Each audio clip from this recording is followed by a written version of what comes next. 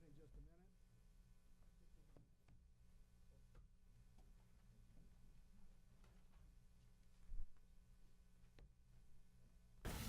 a minute.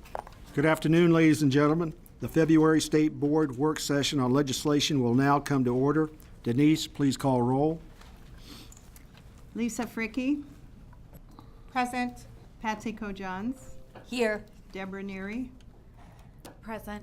Robin Stevens, Here. Rachel Wise, Present. John Witzel, Here. Patricia Tim, Yes. Maureen Nichols, Here. Commissioner Bloomstead. Present. All present. Thank you, Denise. Information regarding the Open Meetings Act is posted on the east wall of this room on the south side of the door.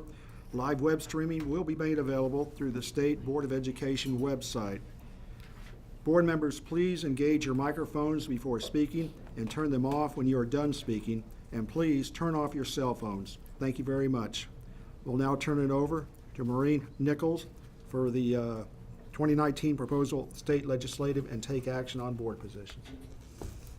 Thank you, President Witzel. First off, I just want to give a huge thank you to the committee members, Robin Stevens, Lisa Fricke, Patsy Kojans, and also to the staff for their dedication in getting us support information and any information we needed in helping to make some decisive decisions on all this. I just want everyone to know that this committee has worked very hard. We've had weekly phone calls, conference calls since our last meeting because there were hearings that were scheduled with some of the bills. And so we needed to get that information and advice given to the commissioner. And we've let you also know of that via email. So today what we're going to do is go over all the bills that are related to our work and what purview we have in dealing with them. You have a document where there is a document that lists all the bills that the committee is recommending support on. We have a separate document that lists the bills that give opposition to. And we have a document that has the bills that we're just putting out there for discussion for this full board to decide where you want to go with it. Support, oppose, monitor. So what we're going to do first is, as you look at your first page of your document, you're going to see the bill number, such as the first one, LB 66, and a page number after it. That page refers to the intent of the bill, the first page of the bill, if you were to look it up on the legislative website. And that's what this second document entails. So if you want further information, you can look at this document for more detailed information. So the process we're going to take is I will make a motion of giving the first time an example of supporting all of the bills that we support. I will ask for a second. We will then have discussion. And if there's any bill that anyone wants to pull from that group, please raise your hand. We will discuss it in further depth. Or if you want further clarification from us or from Brian Halstead or the commissioner, that's what we are here to do. So we'll do that with each of the documents. Clarification for anyone at this point? Okay. I move that this board support the following bills: LB 66, LB 115, LB 120, LB 122, LB 160, LB 226, LB 251, LB 327, LB 568, LB 570, LB 642, LB 675, LB 676. Do I have a second? Second. Discussion. Pat? Of these bills, how many of these have been heard at least once in committee? How many have been heard? Brian, can you? Sure. So, bills that have already been heard, LB 66, 115, 122, 160, have all had a hearing so far in the legislature. The remainder of the bills have not yet had a hearing, as you can see by Okay. the document.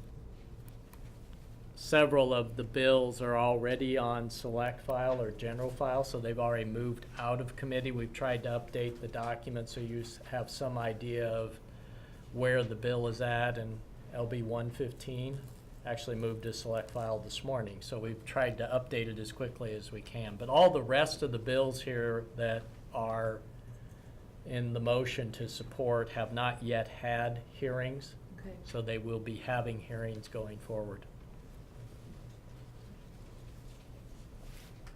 I'll give you time to review these unless someone already has a comment they want to make. Rachel? Just a question. If you want us to, if I am following correctly, like LB 675, if we have a few questions, we can just jump in any order. You didn't wanna Absolutely, go jump right in. through any order. Okay. So Yes. on LB 675, can you just give us a little bit more about what all is in that? I believe that's the technical assistance or cleanup. what we Cleanup bill. Call. Could you just kind of walk us through again a little bit? I believe in the materials that you sent to us, and I didn't have a chance to pull up the full bill and look at it in depth, but it didn't really specify.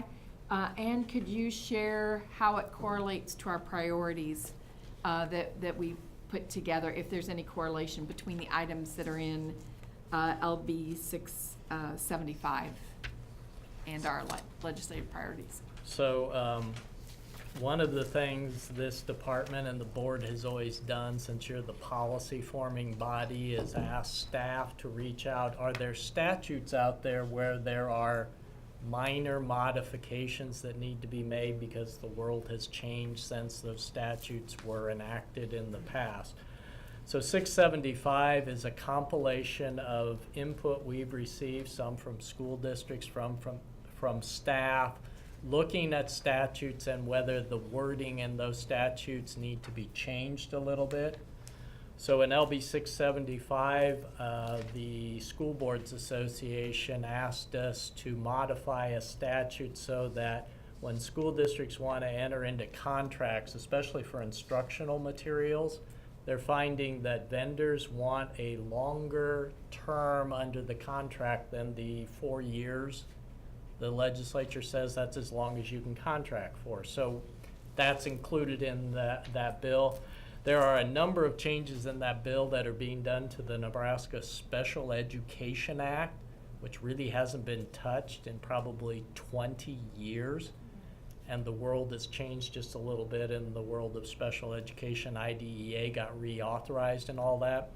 So some of what's going on in that act is, instead of 5 different times saying that this child with a disability includes them up to their 21st birthday, or if it's the school year, instead of saying that 5 different times, we put it in the definition of child with a disability so you don't have to repeat it. There's a lot of cleanup in the Special Ed Act.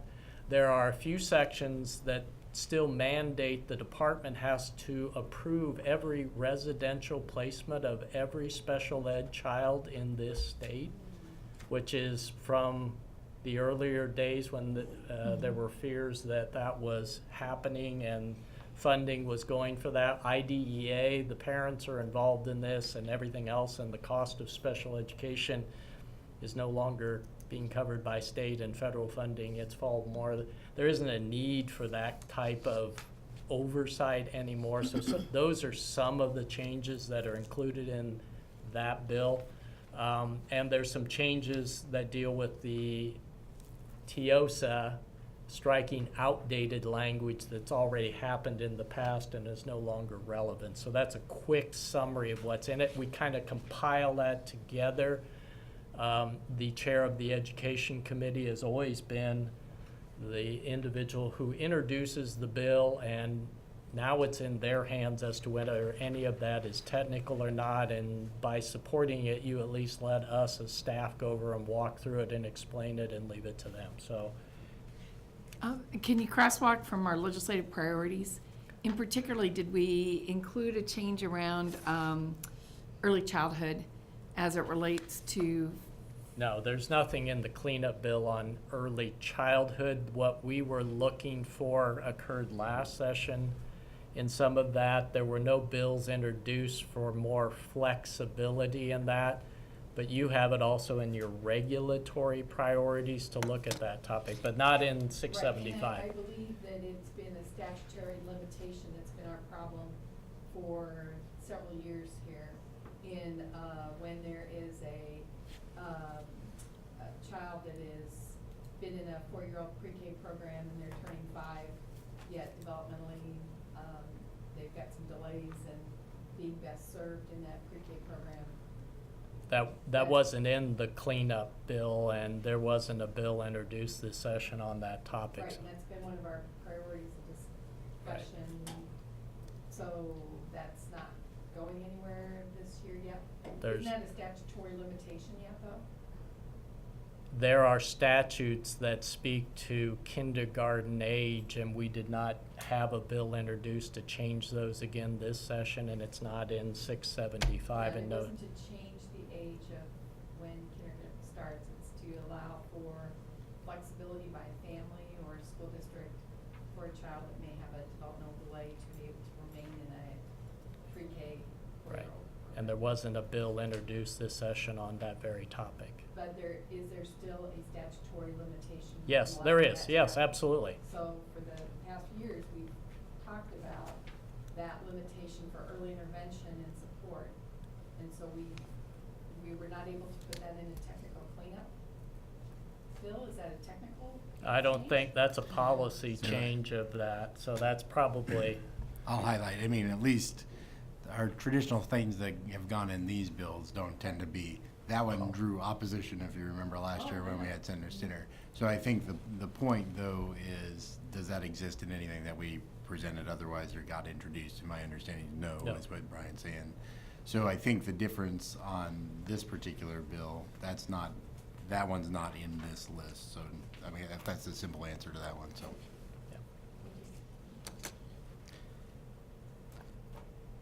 Anyone else?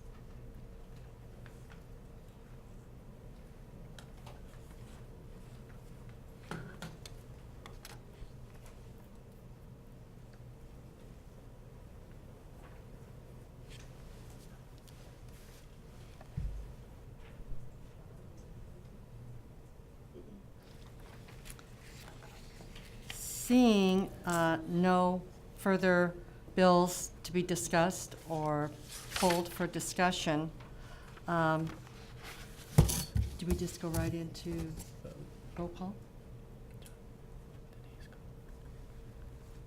Denise, in regards to, if you will, the recommended actions by this board, we need a vote. We have a motion. We need a discussion. We've had discussion. Lisa? Point of clarification, we're just voting on the ones that we are in support of at That's this correct. time. Okay, Correct. thank you. We've had discussion. Roll call.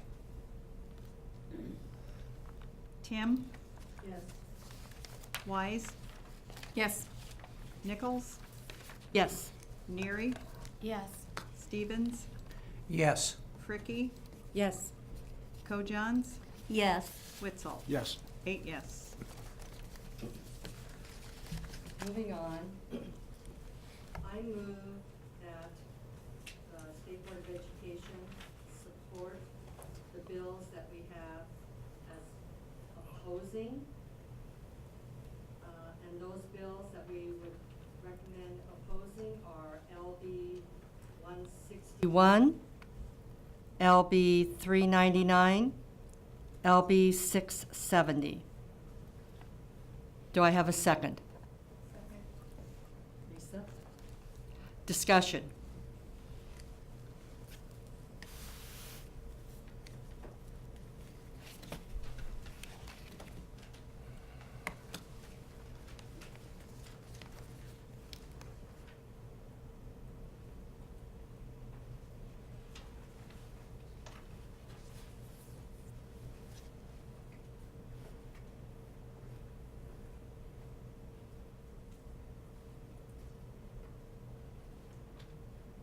Has everyone had enough time to review?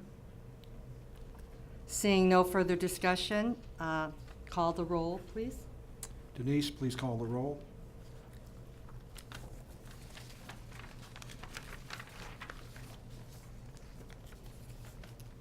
Witzel, Yes. Tim, Yes. Co-Johns, Yes. Wise, Yes. Fricky, Yes. Neary, Yes. Stevens, Yes. Nichols. Yes. 8 yes.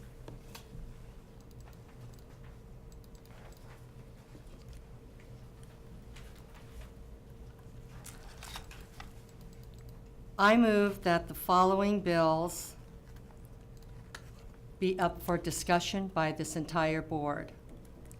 Those bills are LB 241, LB 511, LB 590, LB 619, LB 668, LB 725, LB 727.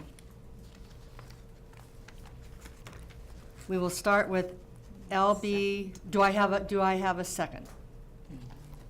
Second. Discussion on, Rachel. Just point of clarification, that we're doing a motion, To discuss. because will we not be taking each of these individually? Yes. Right. And so the I need to go purpose- back and do I'm another. questioning if we need a motion. The purpose of the motion, Would we make a motion on each one of them? Yes. I probably need to restate that motion. Well, I would question if we need a motion Yeah. I at think this point procedur- until we yeah, I get to think- each item. I think procedurally at this point, we can just discuss each bill. So I think you could just take up the items that are in this list and we can discuss it. Just withdraw the motion. Procedurally withdraw the motion, right? So if you do that in the second, increase, does that make sense? All right. So, discussion on LB 2, is that still might right? wanna Just state withdraw- that you want to withdraw the motion. I wish to withdraw my motion. And Thank who you. had the second? Robin? Yeah, very good. I'll withdraw that second. This is all part of our civic readiness. Remember, I asked for pre-forgiveness last month. It's okay. So I just go with one bill at a time? Yeah. But I don't have to put a motion? No, you could just have Brian Ask go for through the discussion. list and see, yeah. Okay. Brian, would you give us some further discussion on 241 for this board to have a further discussion on? Okay, so LB 241, it's a bill that Senator Bowles introduced. It's already had a hearing before the Education Committee. The State Board Legislative Committee, when they looked at this bill, had discussion, and the committee members felt they needed more information to know what the vision was for the bill or just the topic of mentoring. I know in the committee, and maybe many of them will speak to it, the bill as written is about teacher mentoring. It was a program the department provided lottery funding to school districts starting in 1999 through 2002. And then the 9/11 recession hit the state of Nebraska, and the legislature used all the lottery funding to balance the general fund budget for the next 3 fiscal years. Subsequent to that, the Education Committee brought forward an entirely new usage of lottery funds, and there's been no funding for mentoring programs from the Department of Education since that time. In the past, the state board adopted Rule 26 that set some guidelines. If you're taking lottery funds from the department this is what's expected of you. That rule still sits there. It's never been repealed by the board, but there's never been any funding for mentoring to begin with. So LB 241 proposes to take funding right now that solar and wind energy projects on school lands, what those leases generate, have been going to effective educator grants that the department's been giving out based on the teacher and principal frameworks the state board adopted, I think, in 2014 in that regard. So there's been grant funding since 2015. We've given out 3 years worth of grant funding on that.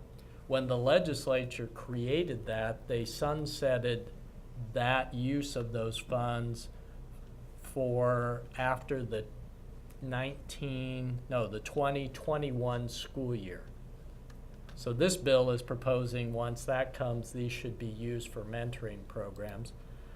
So that you understand it, there's been about $200,000 the solar wind energy has generated on a yearly basis. That's an average. It's gone up, down, and everything. So before there were between 800,000 and 1.1 million of lottery funds that went out at the turn of the century. So the funding source for this is not as large.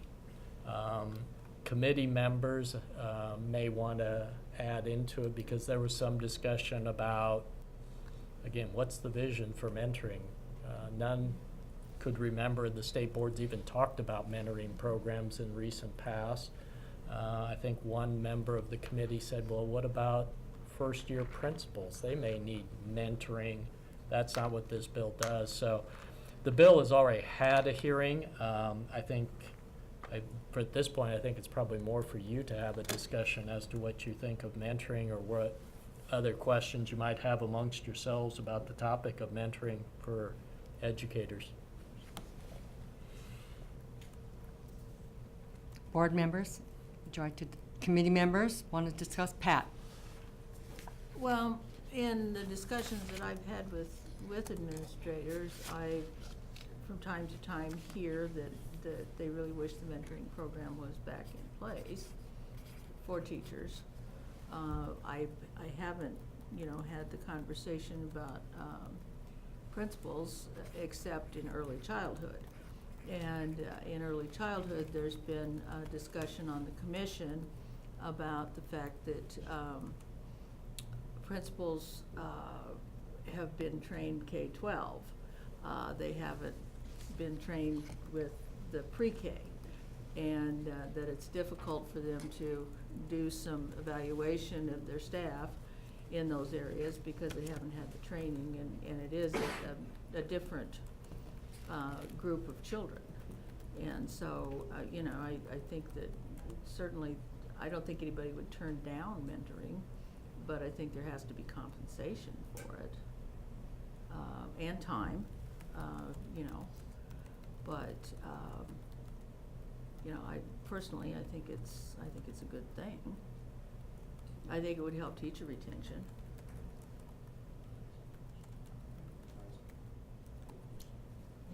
John? I've got a quick question. When this sunsets, the grant money, if it did not go to, if you will, mentoring, where would it go? Would it go back to grants, remaining grants? So the way the statute is written, once the 2021 school year comes and goes, the educational lands and boards would no longer segregate out this money. It'd all come as funding that goes out as apportionment based on census data to all the public school districts in the state. So when this started in 2015, wind and solar energy was a brand-new idea in Nebraska, and lo and behold, there have been companies who've constructed on school lands, those type, so the leases for that generates the funds. So if this doesn't change, in another year, it'll just become part of the big pot of income off of the school lands that's gone out to school districts, all school districts as apportionment aid. Thank you, Brian. Thank you, Mo. Rachel? I'd like to hear a little more from the committee, what the committee discussion was. On it being in this category for us to have a full board discussion rather than the committee looking at recommendations. So it would be great to hear some of the insights from the committee discussions, since I know you spent a lot of time as a committee already on some of these items. So hearing a little bit of the perspective of the committee would be valuable to me. Madam Chair. Oh, I'm sorry. Robin? None of us are opposed to mentoring. The biggest issue, and again, I don't have the history that some of you do, but the biggest issue that encouraged this discussion was vision. Or are we just going to say, okay, for every little mentoring program, here's $500, which good for the person who got the $500, probably not real good for mentoring. And so that was the biggest, as I interpret our discussion, that was the biggest drawback. Rachel? Yeah, I think that's part of what I'm kind of struggling with, and if there's others, the other piece I'm struggling with, and John alluded a little bit to this, in the sense of long-term sustainability. If you build a program, let's do so and have one that's sustainable, and this is a funding source that is not a sustainable funding source. So I'm struggling with, and I didn't know if the committee talked about the funding source from the perspective of sustainability at all. Patsy? Well, it's a small amount of money compared to what we had before for mentoring. However, if we don't somehow support it, then that money's going to go away, no matter how small it is. $200,000 is going to go away and go to some other effort. So I guess I probably was one of the people that spoke against it in the beginning because I did not see a vision. But as I read through things, the state board has given some power into help shaping how we use that. We would keep the money, it would be in place, and maybe we could use it instead of doling it out $500 at a time. We could create the process, use part of it for creating the vision, part of it for maybe including principals, and then that money would still remain there for mentoring. And I think that's pretty important, because in the first 4 years of teaching, we're losing a lot of really good teachers. And we heard at the MLK meeting that we went to a couple weeks ago at York from principals who are saying how desperately young principals need mentors. So I think there are things that we can do with the money, so maybe we should be in favor of it. And I spoke in opposition to it at first. Lisa? Mentoring is drastically needed for first year, kind of novice teachers. But that vision, I would envision that Rule 26 has some great guidelines in there, accountability and direction. And as we listen to more and more what's developing with the mentoring, because we don't want it to be, like Patsy said, we want it to be sustainable, and we know it's needed. I'm for it, but we just have to be very careful about how we go about this, so that there are guidelines and best practices, so that the young teacher, or it could be an older teacher going into teaching, but they are guided with best practices, strategies for discipline, so many things that will make them successful and make them want to stay in teaching.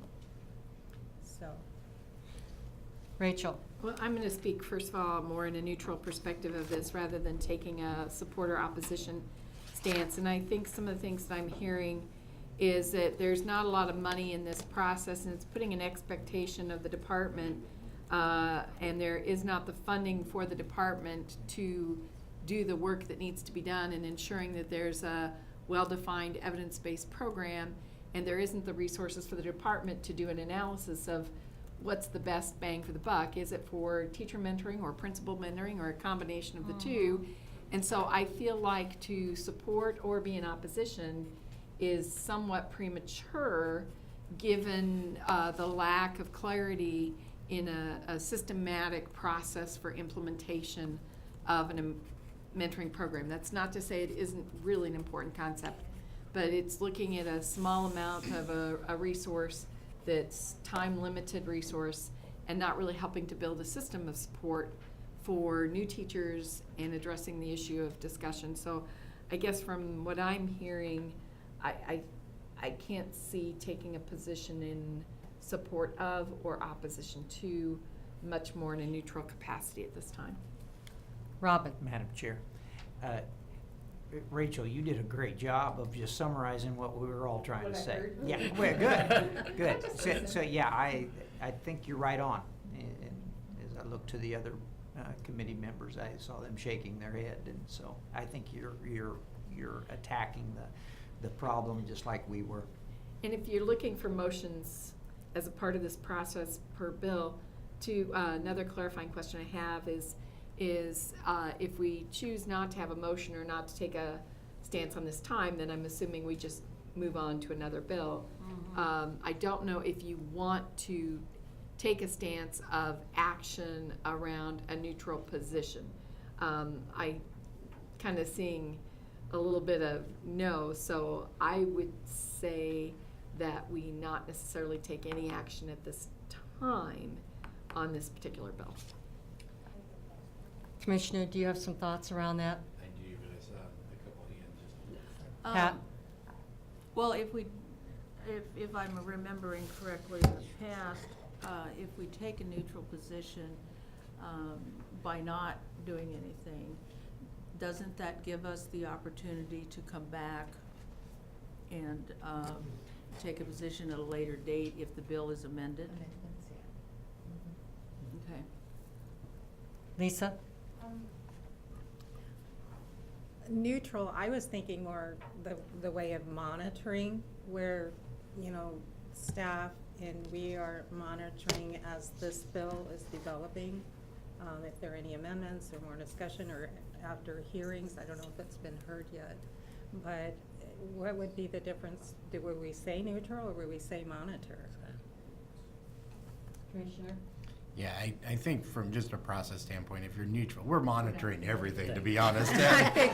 So, but I think if it's neutral, that means we're not in there actively, say, move the bill or otherwise. I do think on this one, the bill has already been heard. We've had other background conversations. I think what I hear from you is very much, and again, thanks for the additional discussion, because very much I think the issue is there's not all that much money here. We don't want to just go down a path and not do something meaningful with it. And I think what I heard is everyone wants to do something meaningful.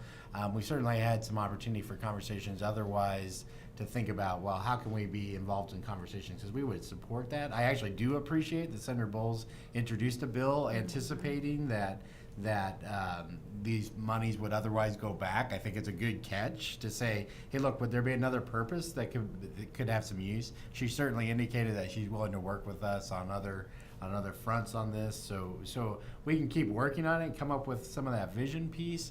I will tell you, prior these funds were dedicated to the work around the effective educator and again, we were kind of in a grant making process that I'm not sure was as effective as we would have hoped. And I do think it comes down to, can we actually use funds that might come from this to be about building that best practices model or something along those lines? Because otherwise we just say, if the bill, such an approach was just distribute funds in some fashion, that's not as thoughtful as we would hope for. And I think that's a kind of a lesson we've been learning in these types of funding sources. It's an opportunity to do something with it, but we actually want to do something with it. I don't think we want to be left here wondering, well, what happened to those funds, right? John? Or Lisa. Okay. I was wondering, I don't know about federal grant monies that are available. Is it appropriate to look into possible grant money to go in with this wind and solar money, or do you keep those funds separate? So depending on how it was crafted, I mean, that's certainly a possibility. What, if there's a few less strings attached to the description of that, you could think about how you would leverage that with other resources. There's certainly a lot of work going on right now around what we're doing on Effective Educator, also our desire to recruit and retain teachers in the profession, provide ongoing professional development, our support for leaders, our opportunity to tie this to something else, I think is there, but it has to be crafted so it can be possible for that. So it is a possibility. Yeah. Thank you. Pat? Well, Brian, didn't you say that it's not gonna sunset until 2021? So it'd be let me do this correctly. We're in the 1920, we just got the funding for the 2021 school year, so in 21-22 is when the funding would revert back. So there's still So time we to have time look at this and to address work it. with senators and go after some of I would recommend that we do that and continue our discussions with the legislature and other senators so that it is being used in an appropriate, meaningful way. And just kind of a point of thinking through how a legislative session works, right? So bills introduced this session actually remain alive through next session. So you could actually keep working on something and have it passed even next year. But it gives us a vehicle in which to have that conversation. Again, appreciative of Senator Bowles for having that introduced.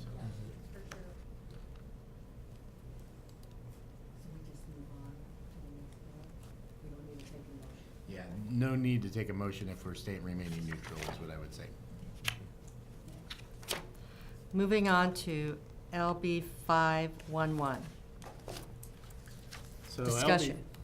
LB 511 is a bill that Senator Brewer introduced.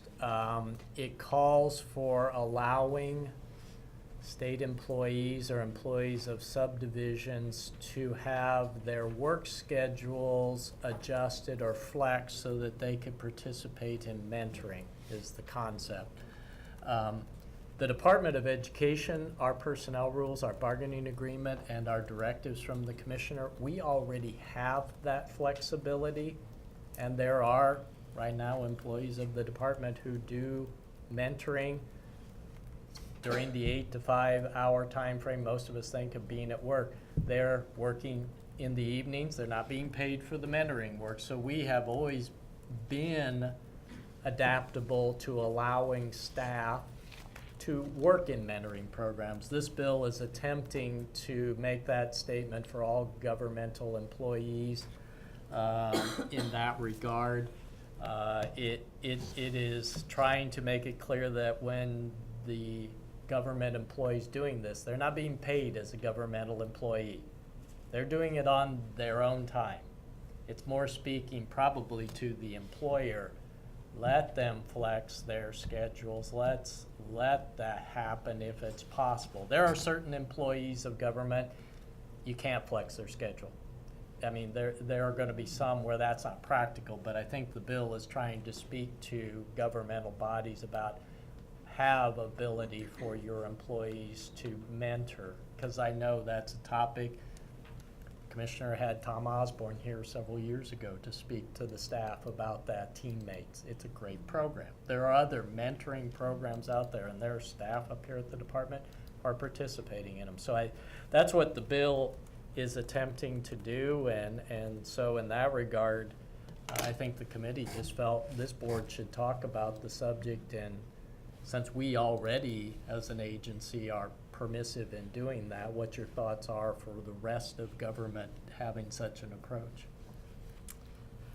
Brian, so just a small piece of clarification. So if I were working for the NDE and I wanted to do some mentoring, and there was time in my day that I could carve out an hour and a half, I would have to make up that time that day or that week, correct? in the work schedule that we have established for all employees. So, yes, in that work week, if you were taking an hour off today, you would need to flex your work schedule for the hour. We're not gonna pay you for that. But if we're still having you work 40 hours, then you're adding an hour on tonight or on Friday or Saturday so that you still accomplish the work you have to do. So that is permitted now under our rules and regs and our bargaining agreement and the directives from the commissioner. Rachel?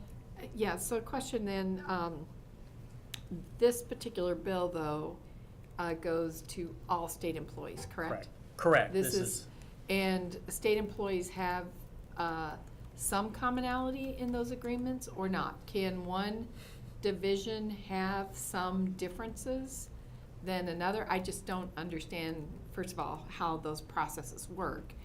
And so I guess from that perspective, you know, and I'm a fan of mentoring programs, being a teammate's mentor myself, I've come to realize how important and a value that is to have significant adults. And it is so hard for so many significant adults to have flexibility to provide and support young people that somehow we have to think through, how can we do a better job to bring more significant adults into the lives of young people? And that's what I see in this particular bill. So I guess my question is there a limitation from different agencies being able to do these adjustments right now? Is that why this bill is being come forward? Or help me understand that piece just a So little in bit the more. sense of, you pointed out, since we are a separate constitutional entity, we are not under the state personnel system. The governor and the code agencies have their entire personnel policies that we're not part of. That gives us that flexibility. I can't tell you all the details about state personnel, but this is directed more at that, having that flexibility, I believe, because the way the statutes have been written for the code agencies and the practices, there may be some code agencies where the director does let that happen. There may be others that, no, not at all at everything. So I think it's trying to speak to all the rest of state government about having that flexibility there and dealing with it on in state personnel than we have over here. That's I think the whole point of the bill is to try to get some flexibility and clarity in other state laws that we, the department, aren't impacted by, that they've implemented for their work. That's where it's directed at. I don't know that this mandates that you have to give mentoring. It's gonna have to have some flexibility. If you're a employee of the Department of Corrections, you can't just leave supervising inmates for an hour while you go mentoring, come Right. back. There's some Right. practicality, There's some logistics but, that come into play. right. And if I can share, I guess that's where I struggle with this particular bill. Conceptually, I agree with it wholeheartedly. And from a perspective of the Department of Education and the purview of the State Board of Education, we should be able to discuss without the legislature whether or not we make something like this happen for the entity that we are engaged with. I think from my view, where I lean more towards either a neutral stance or opposition, is I'm not sure we as a state board should be determining, because we don't know the functionality of all those other entities and we're not engaged in their personnel processes and decisions. I feel like that's maybe a little step out of our purview. Mm-hmm. Patsy, did you have your hand up? Well, I agree with your last statement, but it is clarified in the summary that the state personnel director would be required to create the process and criteria for what you were asking about. It says that, and it also says that that person would also be responsible for creating the criteria for denial as well. But your last statement changed my mind, I think, because why are we making laws and rules for them, I think, yeah. Right, as opposed to bringing this forward for discussion for us. Right. Because we would have the authority to You already have. deal with this within our personnel purview, so. Pat? I guess I would recommend just staying neutral on it because we already have our own process. And as long as this would not impact, because we're a constitutional agency, it's not gonna impact, I assume, what we're doing, then let them figure it out and we'll do what we do. But I would recommend just staying neutral on it.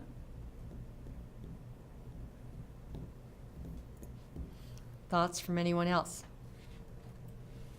Can I just add kind of a point of clarification, just so folks, I mean, I know Brian said it, I mean, we allow this, right? I mean, and so the reality for the department, I wouldn't want to ever see the flip side of this happen where they would somehow pass a law that wouldn't let us do that either. So I'm always kind of cognizant of, you know, the opposite sometimes could be proposed, and then in that case, at least how I read your conversation, we would not, this is a hypothetical obviously, but if someone were to introduce on the opposite side to say state employees can't do that, or if there was an interpretation of current law that would say the Department of Education is way out of bounds. And so I think most I want to make sure that we protect our interests relative to ensuring that we have that ability, and I don't see any problems with this relative to that. I just wanted to highlight that point.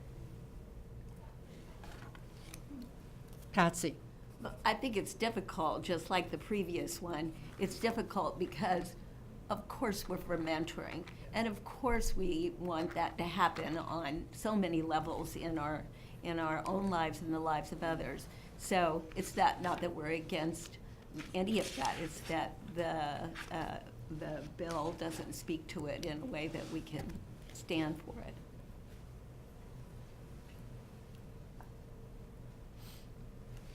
Do I see any opposition to this board remaining neutral? Seeing none, we'll move on. LB 590. Brian? So Senator Breezy introduced LB 590. There is the ability right now under law for any licensed child care program and people working in that to upload their profiles of their qualifications and everything into a system, their work history and all that. That's all permissive in that regard. There is also connected to that, if you're participating in the Step Up to Quality program, you need to do that in order to access Step Up to Quality criteria and ratings and everything else.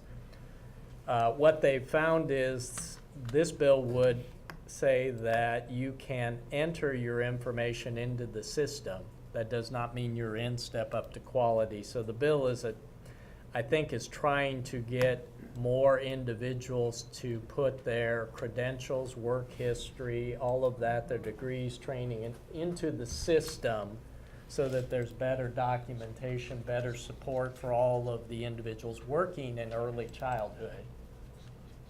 And I think the analysis kind of gives you an idea of who so far has done this, how many there really are out there in the real world. So we think Senator Breezy's trying to provide this bill as a vehicle that by this time, everybody who's out there can get their credentials in.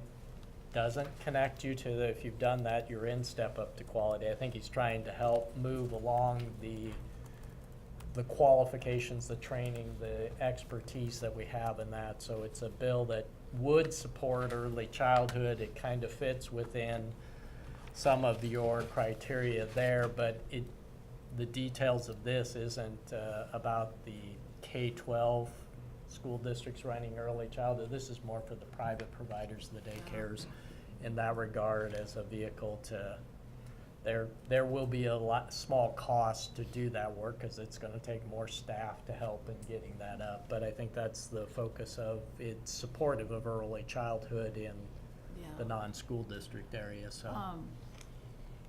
Pat? This is a question for Melody. With this, we've got childcare providers that, if they have a minimum number of children, don't go through the licensure thing.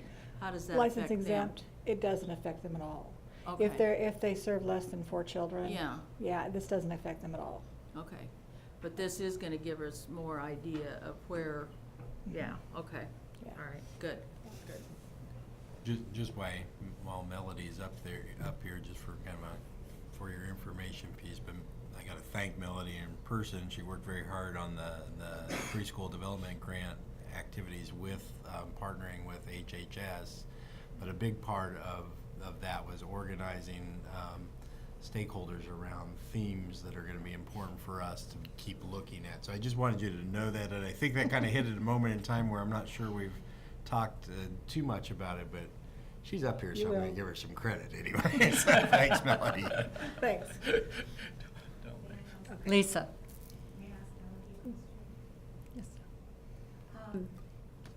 Do you see any potential downside for this? Everything I've heard sounds like it's a good idea, and it would help having that online access. Is there a downside at all? For us, I don't think so, except the fact that within that time period, I mean, we're hoping that everybody would want to do this anyway. It's just the crunch of the staffing right now. I mean, we're getting wonder. kind of to the point where we're kind of maxing out on staff anyway, which was something we expected when Step Up to Quality passed. But, no, we think this is a good idea. Oh, good. Okay. Well, Thank you. It also might encourage people, once they know they're reporting, that they would go into Step Up to Quality. I mean, that's my hope, is that happens. Robin? Madam Chair, please allow me to ask Rachel about the previous question that she talked about at the very beginning of this discussion. That, if I remember right, dealt with what to do with, Right. and as you can tell, I can't say it as eloquently as you. But with Melody here, I would like to hear her take on our current rules and laws on this. And Melody, thank you so much for coming up here and being part of this discussion. Is that okay? Comfortable? Yes. Okay. To set the stage a little bit on this, and it's been an ongoing discussion, and it. Are you on, Mike? No, I am now. Thank you. No, I am now. So one of the things that came to my attention early on when I became a board member was an outreach from one of the schools that I serve and a parent that I serve in the region I serve. And they had a 4-year-old that had some developmental delays, not anything that would be significant of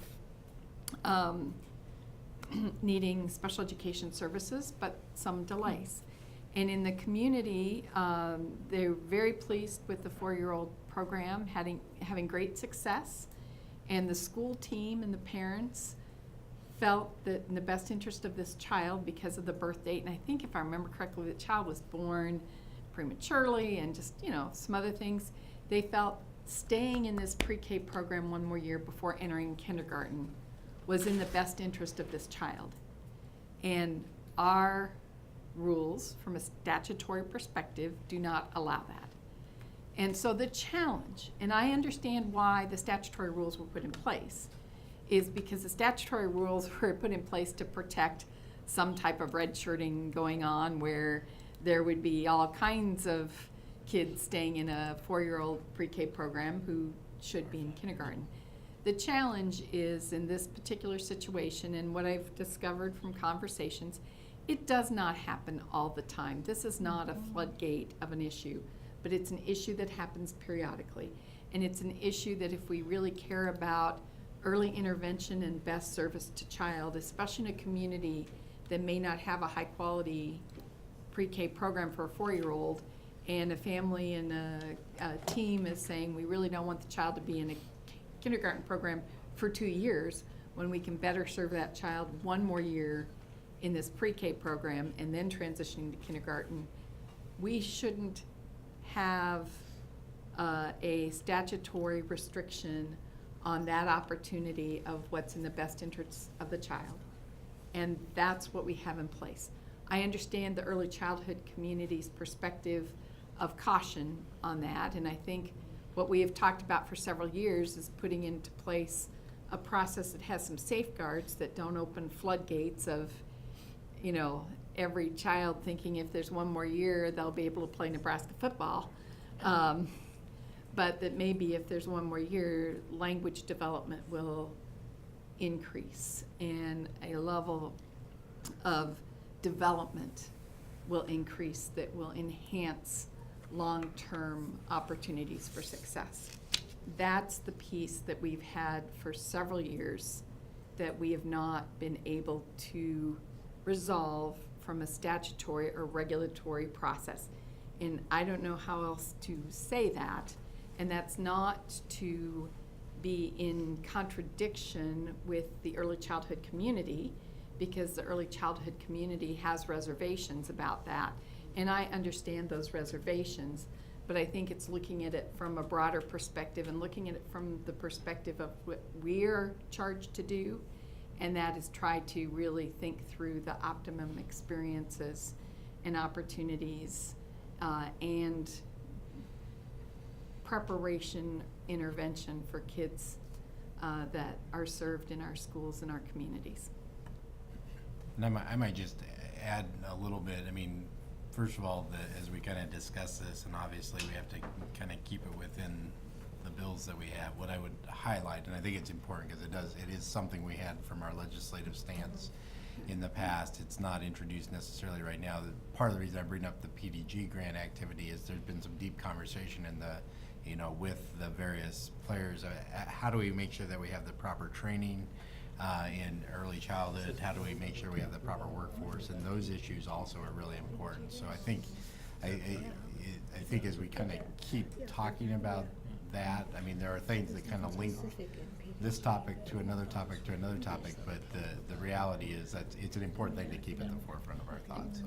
And if I can just add, the ideal world we would truly understand birth to 8 differently, and we wouldn't be having K1, 2 discussions, but trying to address that might be a little bigger than trying to add a element that gives an opportunity for a team at a local level when they really see what's best for a kid to provide that opportunity of what's best for that student.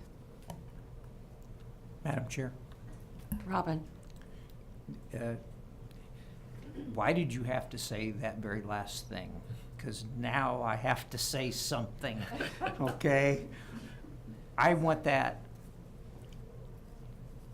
to not be too far up the ladder. We have to do, and look like it's all of you, it's me. I need to do a better job of somehow convincing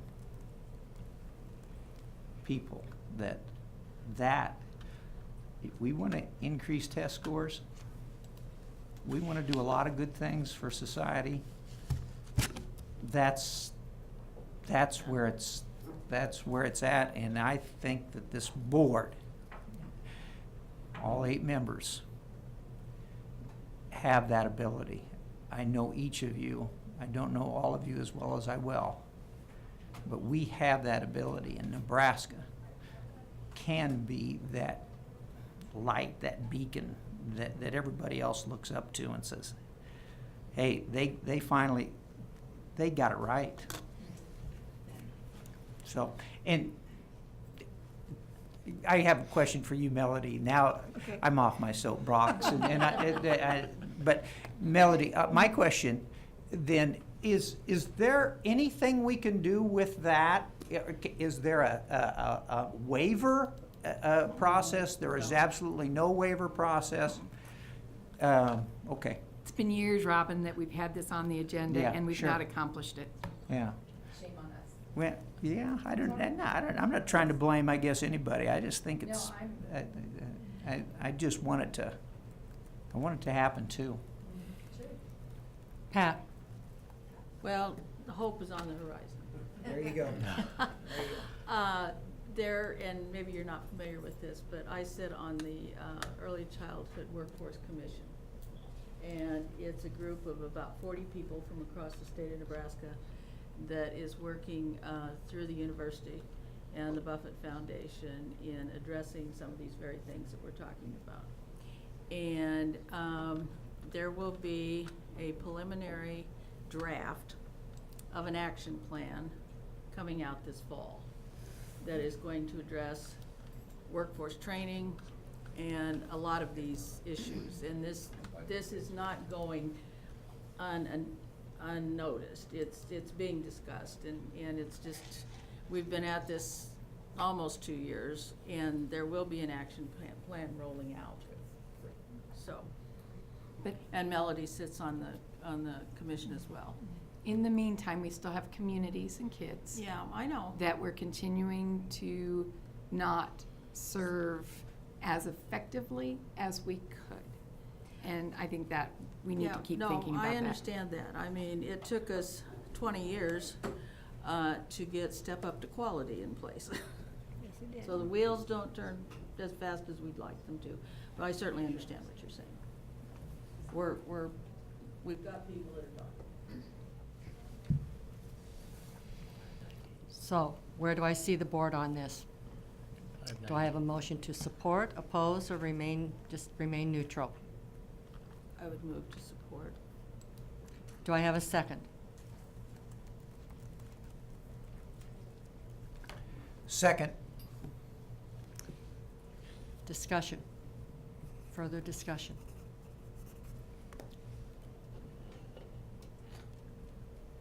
Seeing none, Denise, will you take the roll call?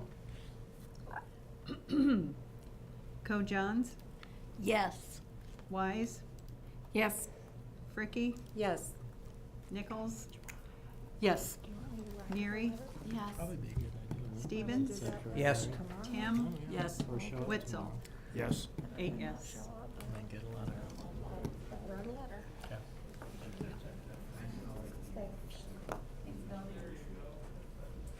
Let's do one more and then we'll take We're going to move on to 6:19, and when we get done with that, I promise a break for all of you. That doesn't mean we have to rush, okay? Okay, LB 619. As you can see from the bill analysis, Senator Clousey introduced this bill. The bill is directed at insurance policies and insurance companies. If a family has health insurance policy and that policy covers mental health treatment, then the member of the family should be able to get that service regardless if it's in an education setting or in another setting. It has come to the attention of some that some insurance companies will not pay for this type of service if it happens in a school setting. So Senator Clousey has brought the bill forward to make it clear that insurance policies in this state that would allow the service to occur in a school setting. So this clearly would probably fit under your behavioral mental health initiative. That's the priority of legislation, and I think the committee members felt the full board should have a look at this and a conversation on the bill. So I'll stop there.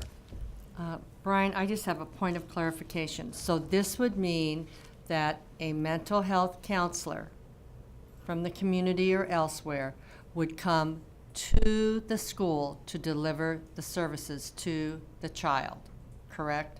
If the policy includes mental health treatment, so the insurance policy has to say they cover that. What this would say is that treatment could occur in a school setting. It can't prohibit, they won't. What's happened is there are some who refuse to pay for this in a school setting, but will pay for it someplace else, and that's what the bill's attempting to address. It does not mandate that all insurance policies have this. This is if the policy does have it, that service can be provided in a school setting, and it will be covered by the policy. Thank you. Lisa? I appreciate this bill coming forward because mental health is a huge issue. And if the family has that insurance coverage, why does it matter if the parents get off work to pick up their kid, to take them to the psychologist, when the psychologist is willing to come into the environment where the child is, in a counselor's room, or have a set designation, and have the same counseling session so the kid could go back into the classroom immediately after that without all that travel time? It makes no sense to me. It's a better way to help the child in the school environment. It helps the family because they don't have to pick up their kid from school and then go to the psychologist. And they have that coverage on their insurance for mental health. Why does the location matter if they're a mile away? That person is willing to come to the school. I think it makes sense that it's covered. Rachel? And I guess I concur with the comments that are made, but taking it a step further, this potentially could open the door, could it not, for a district to bill the insurance? If a district has the personnel in place, if they have, let's say, a school-based health center that is providing some behavioral mental health services, and then, I mean, I would think that opens that door of opportunity. If it aligns in that direction, it's not just an outside service provider coming in. I would guess it opens the door of the qualified people potentially inside providing that service, and particularly if they have like a school-based health center model in place. Do you know, Brian? I can't answer the question. Our reading of the bill was only towards the provider. I don't think the bill was specifically designed to make. Who the provider may be. The school district hiring No, somebody, right. but whoever the provider may be, but the school district could potentially. That I can't answer under the bill. So then the other question I would have, sorry, real quick, and then just on this, is that I do think this bill opens up the door that we need to go back and explore Medicaid in public schools more effectively and determine, back to Lisa's point of behavioral mental health, are we trying to help frame support systems all that we can for kids who need supports for behavioral mental health? Deborah? Thank you. I support this personally. I like the common sense approach and providing easier access for families. I just wondered in the committee if there was any opposition discussion to this, or why it wasn't on the support list. We generally just listened to basically everything that Brian shared with us to give us a better understanding, and that's when we said we need to take this out for discussion. Yeah. Patsy? Well, I don't need to be a central negative on this, but I don't know that, and I'm not a lawyer at all either, but that we would, as a state board, have the right to tell an insurance company what they are going to cover and what they're not going to cover. I just looked at that and thought, I don't think that that would go very far. I might be wrong, but. Lisa? My understanding is they already have the insurance coverage, mental health insurance coverage. It's a matter of, in Omaha, a mile of one case I know of. It's not, you will do this, this is already covered. Why does the location a mile away and at school make a difference? That's how. I understand that, but I also know that this is insurance company. They have I mean, they have a right to do all their own business, I think. I'm not sure about that. So can I just add, because it's not so much, so your ability to support a bill is not about whether or not you have the power to do that. You have the power to support a bill. The legislature truly does have the power to regulate the insurance industry. So I just kind of want to say that out loud as I'm thinking about it, I guess, because I don't think you have to determine your support or opposition or anything based on whether or not the state board has power to do something, because truly the legislature would have some power. I'm not going to pretend to be an expert in this arena either. I would have a hard time knowing You know, whether, I think conceptually it makes a lot of sense, but again, I know so very little about how that industry might work, and I think your point on that is maybe we don't know enough to be able to have that type of position. But I certainly wouldn't want you to think, well, we don't, us taking a position on a bill is exercising something beyond our power, and I just want to clarify that. I can see how we can support this and then it can go in an entirely different direction. I mean, I support the bill, but I also know what I don't know. And that's a lot more for me in the list. Right. Robin, I see you want to talk. I've been fooled. I thought our vote meant that these were going to become laws. Really? That's not gonna happen? Looks like we need a little more civics. You have to run for another office. You're in the wrong place. Yeah, you need more Civics 101. Mo? Mo, I'd like to make the motion that we do support 619. Do I have a second? Second. Lisa? Second. Any further discussion? Seeing none, Denise, call the roll.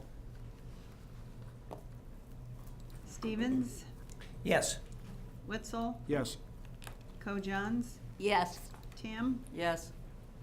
Nichols, Yes. Neary, Yes. Fricky, Yes. Wise. Yes. 8 yes.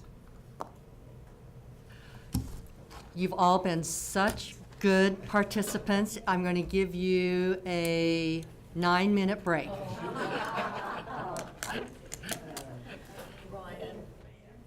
Yes. We did a couple of Typos? number issues as to what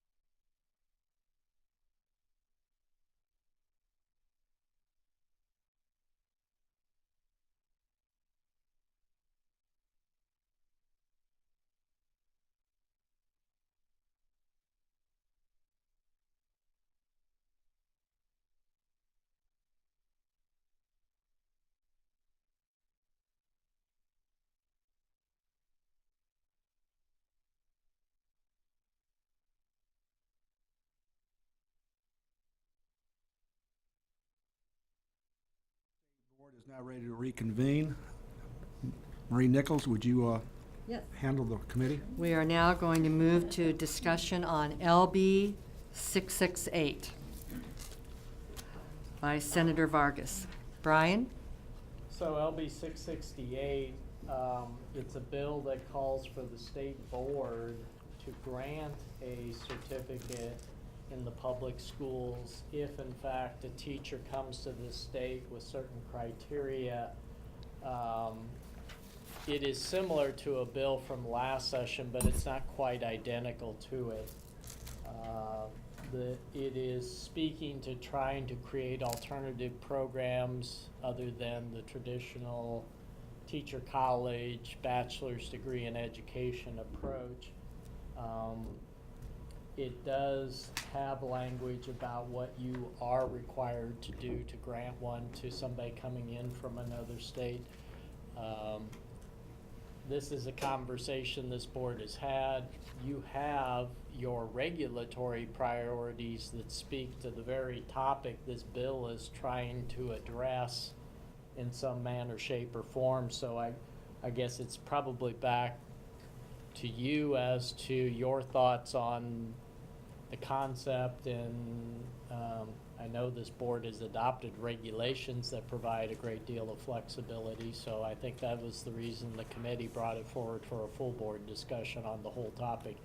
It is one of your regulatory priorities that you're going to be looking at all of the regulations you put into place to create better flexibility and to recognize some of this. So I'll stop there and see if questions are. Lisa? A quick question for you, Brian, and I don't know if you'll be able to answer it, but earlier it was stated that UNK has a program. How is UNK's successful program compared to what Senator Vargas does? And why, if it is the same as UNK and it's not, and it's successful and it's not in our regulatory rule right now, is this the best way to handle this? To me, it seems like it should go through what we do, and if there's a model out there like UNK that's working, what are your thoughts about all of that? So UNK runs an alternative teacher program. Use me as an example. I have a Bachelor of Arts degree majoring in political science. If I wanted to get an alternate teaching permit right now, if a school district would hire me, I could be teaching so long as I've signed up to take the pedagogy courses through UNK, because I already have all of the content area knowledge to teach political science, American government. I have absolutely no training on how you teach, what your strategies are. That program, UNK has been running since I think 2002. Oh, wow. But you've already created in Rule 21 the certificate or permit that provides for it. You've got the teacher college rule that permits that, and you also have adapted it with the endorsement. So within the current statutory framework the legislature established, this board's already created alternate ways for people to obtain a permit or a certificate to teach if you didn't do the. So what is he asking for? I guess I read the description. What specifically is so much different that he's asking for that already exists? I mean. It's a conversation we've been having with Senator Vargas. I think he feels that there needs to be more out there. But again, I haven't had a conversation with him this year. He had an interim study on this, and there was a hearing and there was input. I think even at that hearing, he mentioned the UNK program is similar to his life experience in New York with being able to go back and do all of that. And I know he said he'd be back with another bill this session because it's an important topic to it. So I think that's part of it. What he changed in the bill this year is last year it said if a person maintained a certificate in another state that they were automatically required by you to give them one here. He's taken that language out. He's left it to whatever the rules and regs of the board. So that was one of the issues this board had last year, was that, well, if I've got this certificate from another, pick your state, and it doesn't have the same levels of quality that you've established, that person, you were required to give them something to No. teach in Okay. Nebraska. He's taken that language out. Good. It doesn't specifically say that anymore. As to the intent and where he's going in that regard, I haven't had any conversation. Okay. It would add on to what already is in place, so I think That's what I the don't discussion. understand, so, thank you. Rachel? Why I am going to speak, in essence, in support of this concept is what I would call, and if he's listening, I'm sure he won't care, the Albert Bill. An individual, several of us know, who's the executive director for the Latino Center of the Midlands, Albert Varez. I first met him when he was applying for a position in Omaha Public Schools. He had taught in Florida for 6 or 8 years. He had a bachelor's degree from Nebraska, or from Midlands, but in our state, in history. Went back home to Florida, where he was from, and went through a pretty intensive training program to receive teacher certification in Florida. That training program was not tied towards a institution of higher education that required credits to get that certificate. But it was a combination of training and putting into practice. We couldn't hire bilingual special education male in Omaha Public Schools because our limitations in certification. We were judging that because there wasn't a transcript of credit to document the kind of training he received to get his certificate, it could not have been of quality. And I think that's problematic in today's world, that we have to rely on training being tied to credit granting higher ed institutions, where some states have moved away from that and provide training and pedagogy from a different perspective. So I think we have to really think about, do we have some limitations? I could see individuals in the military, I can see individuals who come to Nebraska who have a certificate in another state. And I don't support that we would have an open-ended, if you have a certificate in another state, that automatically means we accept it. But I think we have to step back and say, are there other ways we can evaluate the certificate if they didn't have traditional higher education training to get to that certificate? They may have had high-quality training to get to that certificate in that state, but that state's doing it in a different way. I think we have to have that conversation, and I think this concept is an important one for us to have that discussion on. Deborah, did you have your hand? Just being the newbie, I just have the question of, I like what I heard you say and agree with that, but should it go through our normal processes that we would regarding teacher certification guidelines and regulations rather than, I don't know, this other process? I don't know the answer to that, but do you have a thought on that? I don't know if we have statutory limitations for us to change our regulatory processes to that extent, that we can allow a person even greater flexibility. I guess we haven't delved into that. So whether we need the statute change or whether we can do this in a regulatory change, I would defer to you and Brian, you and the commissioner on, are there statutory limitations that would be addressed by this particular bill that are currently in place? We've had some of that conversation actually with Senator Vargas around a lot of what he is proposing are things that are with what I would say within our powers. There's some elements that are a little more questionable about, especially what you're talking about in that Florida experience, right? I think we're feeling pretty tied to what happens in an educator prep program that's a bit more of the traditional sense of that. I think we have some room to explore those things. And I think one of the conversations we've had with Senator Vargas is going down this path and ensuring that regardless of how this one would pass, that it would all be dependent on us doing our work relative to setting out a regulatory piece, because we still are needing to regulate that environment. I don't want a separate regulatory environment that's simply based on statute and not underneath that. So I think there's some work to do on that side of it. I think there are a few limitations that we have, but I think the bigger limitation is actually the one that I think why he's so interested in this particular bill. Even though we have institutions of higher education that could be doing these additional programs, they aren't for the most. They're building them in a way that aren't just like the Kearney one. I mean, I think it's legitimate to say, gosh, we're going to have a growing need for teachers in that setting, and we're trying to be making sure that we're cognizant of creating I'll say different pathways. We've done some of that. Obviously, our career education permit process has been one of those.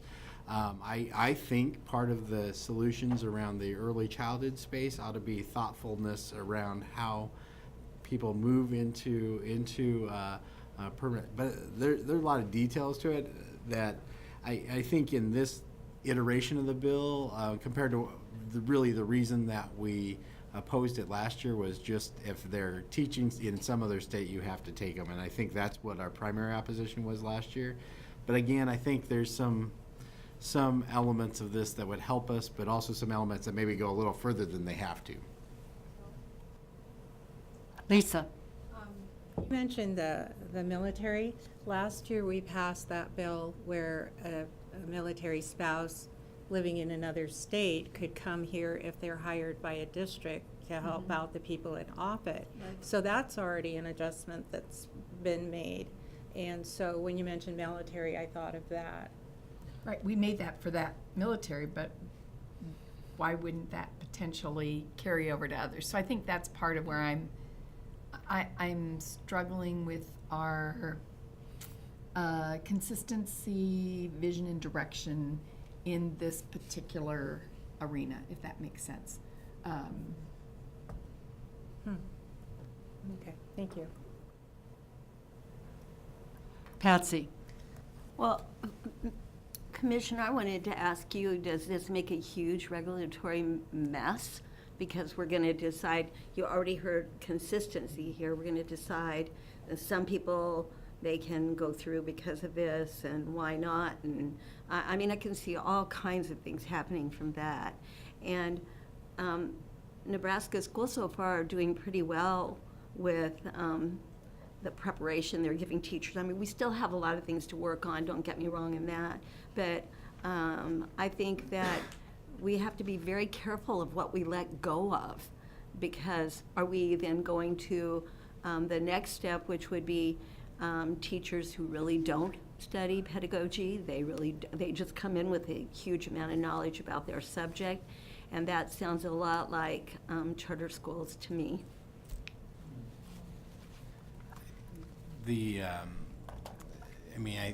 I think anyway, and this is, me with all 5 of my years of experience here, right? The reality is it's actually it's a fairly complex arena for a lot of different reasons. Mm-hmm. But it's not unusual that we have a teacher or even a school district trying to hire someone with a teaching background, and we're having to work really hard to figure out, can they qualify to teach in the state of Nebraska? And we seem to have limited options on that. And even when it gets very, you would think, well, this would be really reasonable and a reasonable approach to that, it becomes problematic for them. And I think we saw that with the military spouses conversation, right? That it was hard for folks to navigate those waters. Yeah. So part of our work is make sure that process is smoother and cleaner for those reasons, to help folks come into that profession. I think that the career ed permit piece has been a useful opportunity for us to fill some of those types of voids.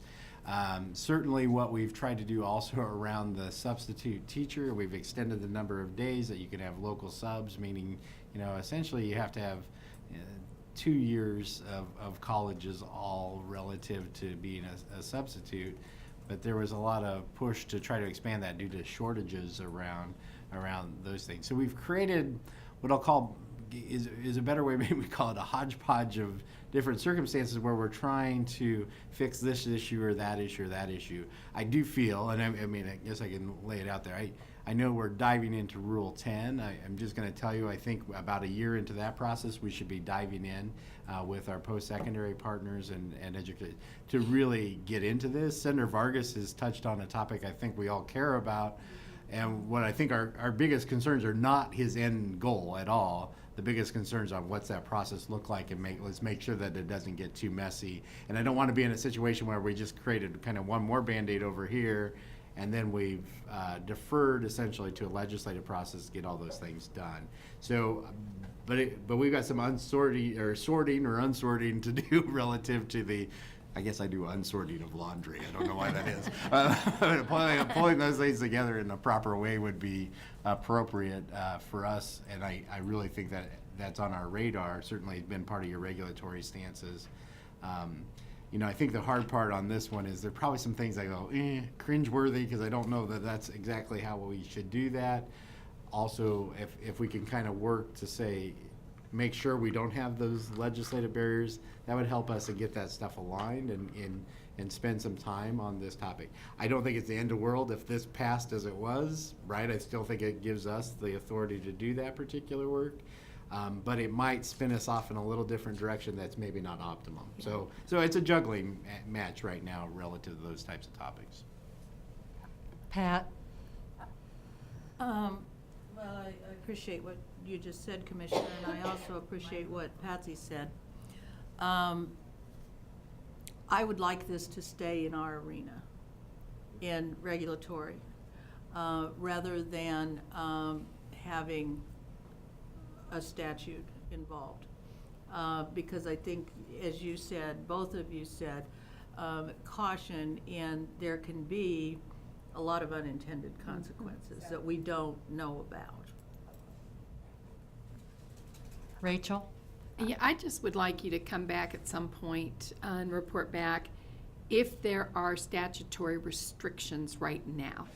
That's what I'm still not a little clear about, and what those statutory limitations are in us moving forward with our regulatory authority to create systems that are high quality, that have levels of alternative, similar to what we did with the permits. Is there anything that needs to be addressed from a statutory perspective?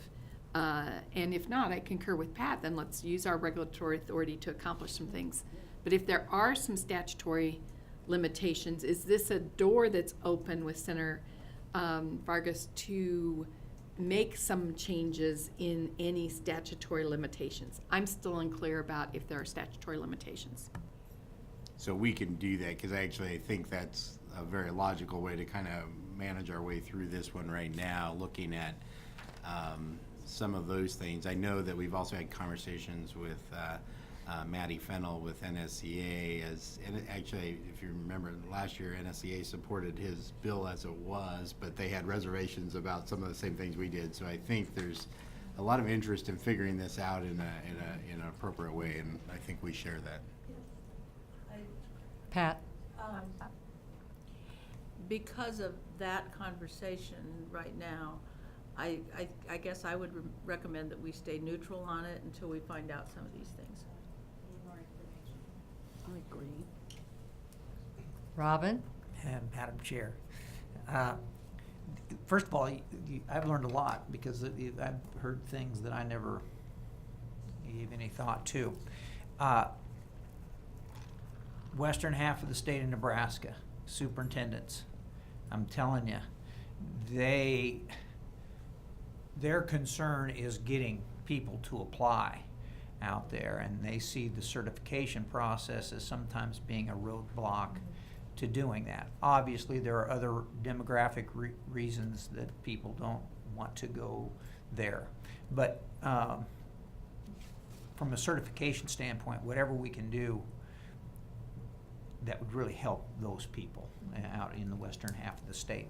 Then the other thing is, I think it's in Rule 10, is there a waiver process, I use that term very broadly, for counselors and librarians now, or are there waiver? Uh-oh. I mean, there aren't there? Yes. And I mean, I'm assuming that the reason they were put in was because there was a perceived shortage. Well, I don't know when that was put in. It's been a while, hasn't it? But that process, I mean, maybe it already has something that we can plug into other areas, or maybe not limit it. I don't know. So, thanks.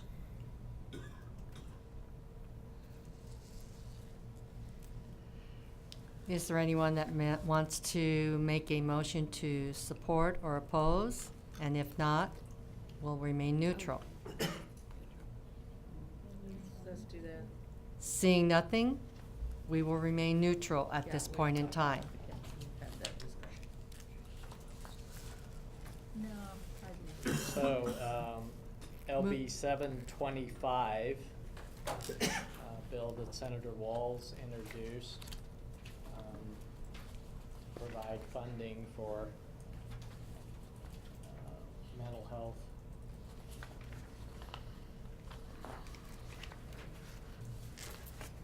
It creates a mental health resource fund that can reimburse school districts and ESUs for mental health expenditures. This is not, she had a bill last session. This is not the same bill, but it has some components of that. Each school or ESU who wants to access these funds would have to have a designated person who is going to coordinate and work with that. We're required to oversee the fund, to address the mental health needs of individuals and service units to carry it out. The bill includes a legislative intent to appropriate $12 million to the fund. So in that regard, she's attempting through the bill to create a funding source so that there are resources to address the mental health needs of students in the school systems, to ensure anybody who's getting any of those funds has to first have a designated person who's going to coordinate that and connecting kids and providing the services. So it fits under your state board legislative priorities for behavioral mental health services in that category. So I think that's why the committee brought it forward, to have more discussion with all of you on that whole topic. Deborah? I just wondered if NDE was overseeing the funds, does it also provide for funding for staff support to take on that responsibility? I'm certain our fiscal note is going to say we're going to need some funding to administer this new fund and everything else. Sure, I don't know whether the bill specifically says we have funding from that, but that would be one issue in the bill. If it's going to be enacted, we're going to have some staff up here to handle a new fund, and mental health is not exactly an area where we have staff members up here with expertise on that whole topical area. The state board, when you submitted the biennium budget request last September, included funding for a coordinated school health specialist. My words, it was worded a little bit different in the biennium budget request.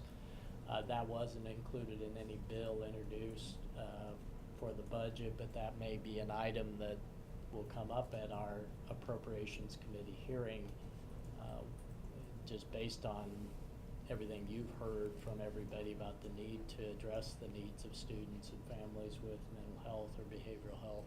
So, Rachel? Yeah, and I think there's a couple things that I support the concept again, but there's a couple of things that for me stand out, and that's the integration of this bill and Senator Kowalski's bill around two things, and that's how do we look at, if we think about behavioral mental health from a perspective of a health need, and you think about it from the perspective of whether it's physical health or mental health, there's elements of need that go beyond the school walls. And how do we help create a system of stability for young kids with behavioral and mental health needs? And one way that I believe to do that is to, when appropriate, link to other funding sources like private insurance and Medicaid, and help create a system.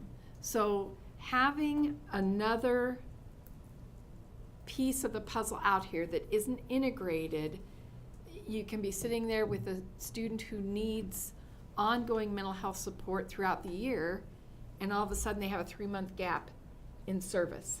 I think we need to lead by being thoughtful around how do we ensure that we're creating a system that has the ongoing support that's needed for kids, in particularly when we move to that level of kids needing individual counseling support, different than classrooms and teachers needing strategies and ideas. And so I think it's important that we differentiate between the kinds of behavioral and mental health support services that are provided.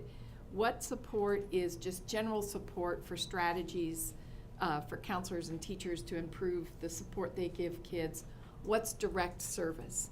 If it's direct service to kids, which there is a need for that, I believe, then we should lead by saying, how do we ensure some linkage between other funding sources that could help pay for those services, whether it be private insurance or whether it be Medicaid? Somebody has to lead with that conversation, and I think it would behoove us to help lead with that conversation with Senator Walz and Senator Kowalski, who have a commonality in need in what's presented here. So, Brian, just given that Senator Walz's other bill, which does a bit of that, might be worth talking about kind of at the same time, because I think what you're describing, Rachel, at least is somewhat contemplated in her next bill. And that might be able to give you a little bit of sense of the interaction between those two concepts, So the other bill is LB 727, that's Senator Walz, that talks about creating a registry so that you can find and access who the providers are, and working with DHHS so that each school district has a listing of who providers are, what their areas are, and everything in that regard. So in some ways, this one would be about what already exists and pulling together information that's usable by school district officials. So that's largely what 727 is attempting to do, is pull together and try to provide to each school district a list of the services, providers, all of that for that area or whatever. So that's what 727 is, I think, attempting to do in that regard. And again, this would fall under your behavioral mental health priority for the session. So again, it's kind of, as you've seen by looking at several bills, there's components of that concept. There's no single one omnibus bill to pull it all together, but it's a subject that needs further discussion in that regard. So that's what John? 727 is trying to do. Brian, in regards to 725, just a quick question, if you will. Senator Walz last year had a bill in regards to placing, if you will, a mental health behavioral specialist, a facilitator, whatever, in the ESUs to, if you will, assist the school districts which they support with that type of service. Is this similar to that bill from last year? 725? Correct. No, because that bill had both a public-private partnership built into it, so that if a private money was raised, that there would be matching public funding.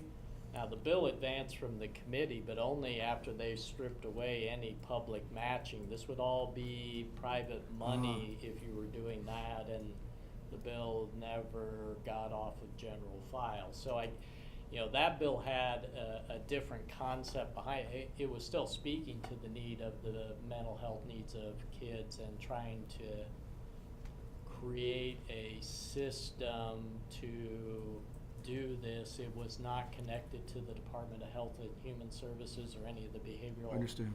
That, it wasn't connected to any of the regional sources. So I mean, that, it was an attempt in some ways for a public-private partnership to get that done, and it only got out of committee once the committee took away any obligation of government to fund any of this. It was all private funding. Thank you, sir. Pat? Well, I don't disagree with the concept, because we've been talking about the need for mental health, in young children for several years now. But the thing that concerns me about all three of these bills, Kowalski's and then these other two, is that they're so disjointed. And, you know, when I looked at what we have in the summary for 7.5, it sounds like they're trying to do a whole lot with probably not as much money as they need, because we don't have a system. And we're not real sure, I'm not real sure what they think they're going to pay for. We've already heard that we need, staff here, they need staff out there to coordinate, and then they want direct services. And I'm not quite ready to support or oppose. It's not put together. Lisa? I'm going to ask a question about 727. A lot of times schools don't know what the resources are nearby, and I like the idea that they can go to one place and find a resource near their area where they can get help. A question I have, is Nebraska into telehealth, any systematic telehealth resource? Yes. So, oh, I am so sorry. So I'm thinking, I don't know what telehealth services are out there. So if we have a resource that schools can go to dependably and find resources, and there are some reservations, where would this be housed? Would it be on the NDE website, or would it be with a list for the different agency? Where would this be listed? I didn't see that. Do you know, Brian? In the bill, Yeah, it just has us working with DHHS to provide a registry of state But and it doesn't say local. where it's gonna be, right? Well, we're gonna provide it to each school district. Oh, to each school, okay. So, yeah, could we put this on our webpage? Sure, I'm sure we'll put it up if, I mean, that's a possibility. But getting in the hands of the district would be better. But for us we would have to provide for Arthur County a list of, in the geographic area, what is available for McPherson County, which you may find ends up being the same list, because it may be North Platte, because there's no providers. That's Right, part of it's the sparse. ongoing Yeah. conversation. So this is at least an attempt in 727 to connect, bring together information so that it is provided to school districts. Now, I have not looked at the Department of Health and Human Services and their website as to whether some of this may already be possible. I mean, I think there are schools out there that do know of providers in their area, but that doesn't necessarily mean they all have, again, providers in the area. That's another big issue with just having providers in Nebraska. If you're not in the cities, it's difficult to find providers in Nebraska in this whole area. Yeah, that's why I mentioned that telehealth might be a way to find out more about that. But I like the idea of schools having access to resources. However, there needs to be more to this to get that done. Thank you.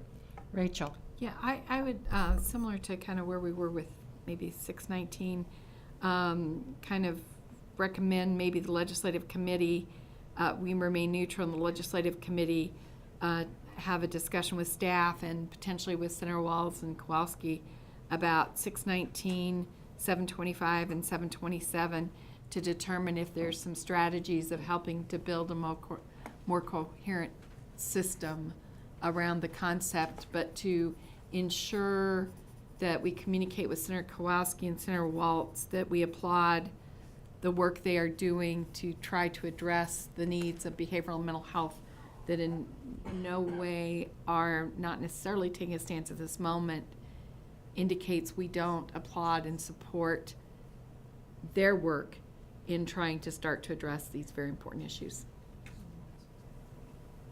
Deb?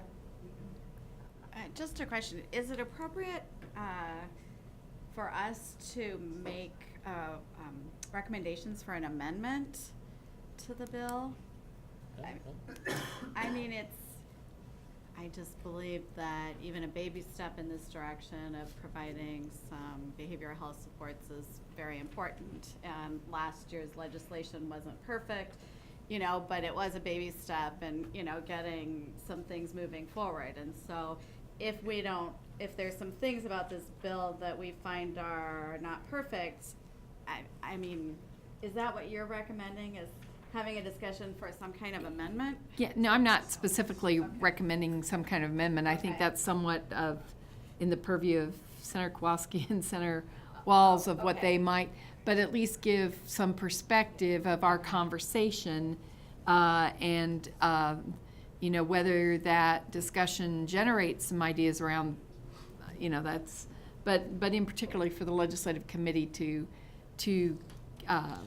continue to monitor, to continue to embrace that these are important, though we're not making a motion at this point to support.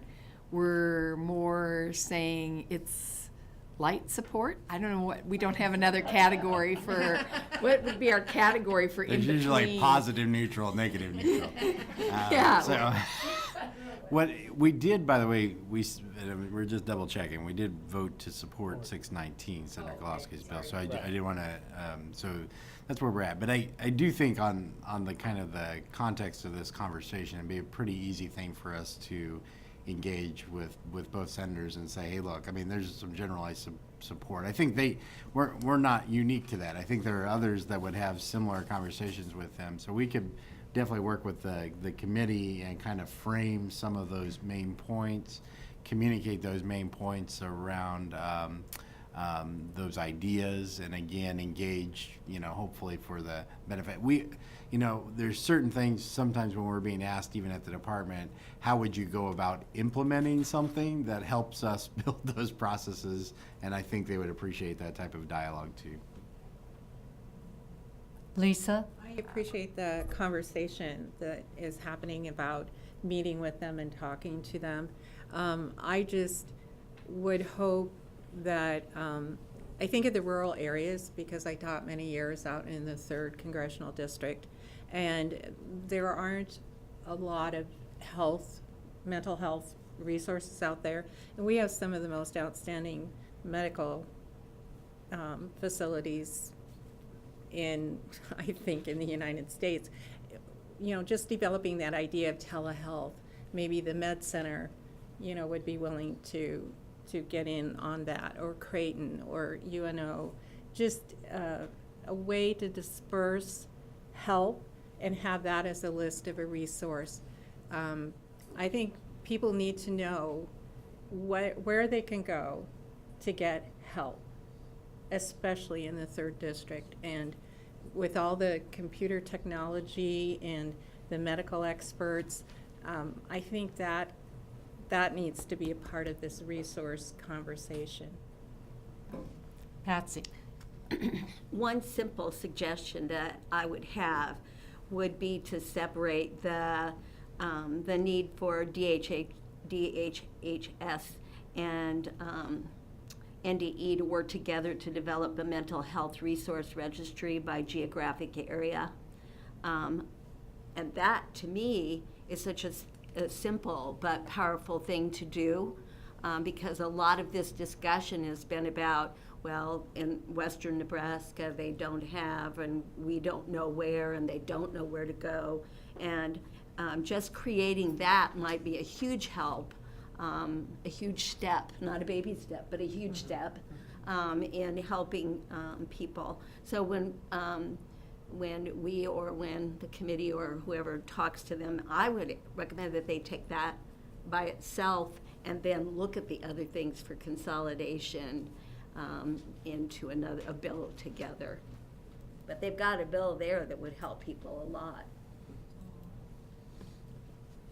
So I just might add one thing, and I turned around and Mark Schultz was back there yet, so I know he was just at a Systems of Care meeting, an advisory group. So there's a lot of models going on right now that are consistent with what you're talking about, Patsy, and in this sense of trying to pull those things together. So I think we can continue to advocate for those approaches and models, and certainly we're finding some, we'll call it synergy around those types of approaches. And again, I don't know to what extent Senator Walls or Senator Kolowski is also aware of those. They probably are. So making sure that we're building on those models and those capacities, I think, would be helpful. We're trying to do really big things when right in front of us is a smaller opportunity that could provide a lot of help for people. And I don't see anything wrong with acknowledging that and then taking it out and working on that, while meanwhile working on the larger goal.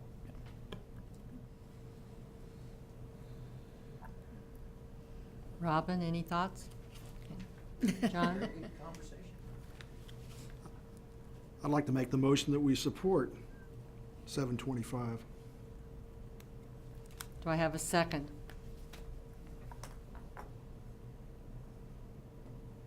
We got to start somewhere.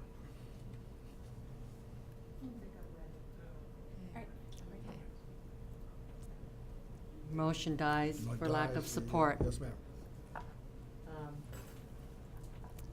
I understand that you're okay with remaining neutral at this point. Rachel? I would, though, entertain or reinforce the authority of the legislative committee to make a recommendation on bills as things change. So, given, and this isn't a motion yet, because then if I don't word it right, I'd have to look at Ryan and Scott, and we'd have to start all over. But conceptually, I think if the committee, because you'll continue to do what you're doing already, which is conference calls and lots of meetings, I think if the committee gets additional information on anything we've remained neutral on, I think the committee needs to feel confident that they'll be supported by this board in taking an action. So by us not taking an action, it doesn't preclude the legislative committee from taking an action of support or opposition as things continue to change between now and our next board meeting. And I think these that we've talked about are good examples of bills that, through conversations, the legislative committee may feel you need to take a stand, and that's okay. And I don't know that we need to put that in action. I think that's a practice.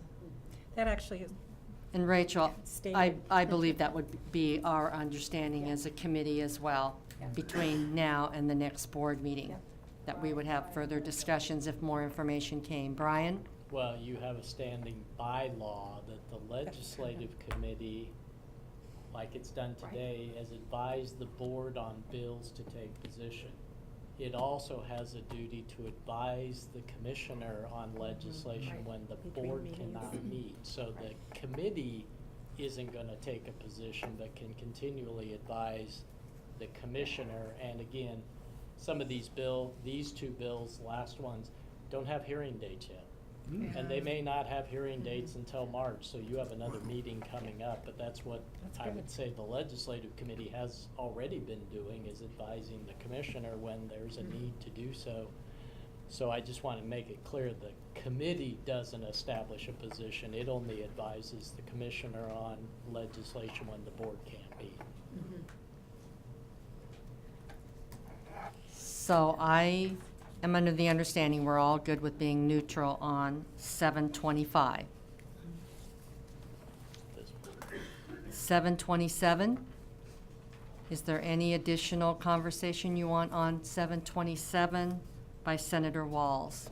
We've addressed it partly with this other bill, 725. Deb? Well, again, just the funding, covering the funding for the work that needs to be done? I mean, that would fall mostly to DHHS or mostly to NDE? And is that a discussion that we need to have with Senator Wall's concern? I'm just asking the question. So for every bill that's introduced, the Legislative Fiscal Office asks for Okay.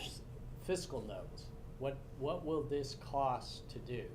I do not know whether we've gotten the fiscal note request as to what the department thinks it would cost to put together all of this registry and get it out to districts. That's always one component of that. In the bill analysis, if we knew the fiscal impact, we tried to give you some indication of that.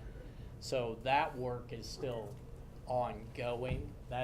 You have to have a fiscal note filed on a bill before there's a hearing on the bill. So yeah, there's probably a cost to us working with DHHS, whether we can accomplish that in current resources or whether that's a requirement for additional aid or funding to the department or DHHS to carry this out. That goes with every bill. Sometimes it costs us, no, we can already accomplish this without you giving us more money. I can't speak for DHHS on this registry, but that's an ongoing conversation on any bill as to we don't have any money right now here at the department to take on lots of new initiatives, and it's just the reality of where the budgets are. So in that regard, that's always a conversation for these. Yeah. Does this information exist out there already? I mean, that's yeah. So for every bill, the legislature, you can go out and look up the bill. There is, before a hearing, the fiscal note will be posted. No, I meant, the information that would be in this registry, I mean, is that resource out there in bits and pieces already in some capacity, or is that? I think kind of like prior discussions around, there's elements of this that are taking place. Certainly, we don't have the same responsibilities established that this bill would establish and say, thou shalt do these things. So, but there's a lot of partnerships and a lot of efforts underway to ensure that information would be available.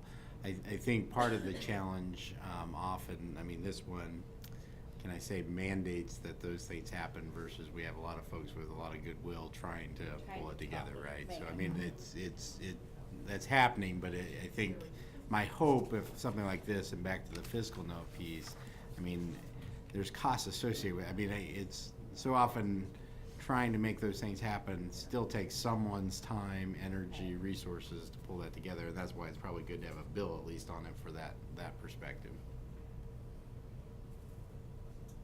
Patsy?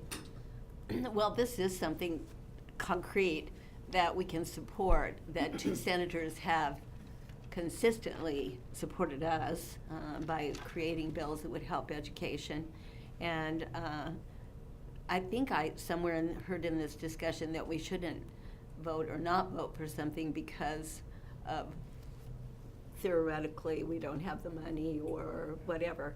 So because it's concrete, I think I would support it.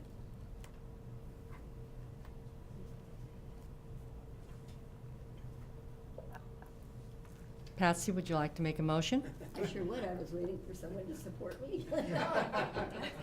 All right. Okay.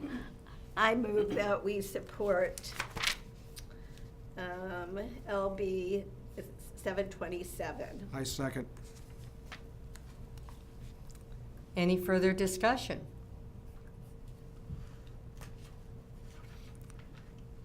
Seeing none, Denise, will you take roll?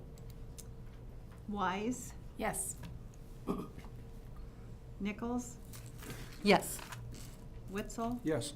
Tim, Yes. Ko-Johns, Yes. Fricky, Yes. Stevens, Yes. Neary. Yes. 8 yes. We've come to the end of our list of support, oppose, and our discussion items that some took action on.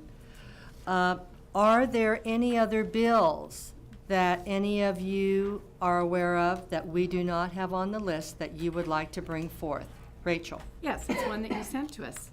LB 644, adopt the Nebraska Workforce Development, or Diploma, excuse me, I can't read, I mean, make it bigger. Diploma Act. I don't believe that was on the list. Did I miss it? No, it isn't. Okay, I was like, or did I miss it in this quick That's what review? this opportunity is for. So has the committee discussed this bill yet? All right, then Commissioner and Brian, can you tell us a Yeah, little bit so about it this is summarized. bill? It is summarized. Right, we have in the there summary now, of it, so- that's Right, why it's I. on page 35 of the bill analysis document. Senator McDonald introduced this bill. It creates a new act, the Nebraska Workforce Diploma Act. It provides that the Department of Labor would be monitoring and implementing this. It does provide a $2.5 million intent to appropriate labor to accomplish this. We actually, staff yesterday sat down with Senator McDonald to talk about the bill, and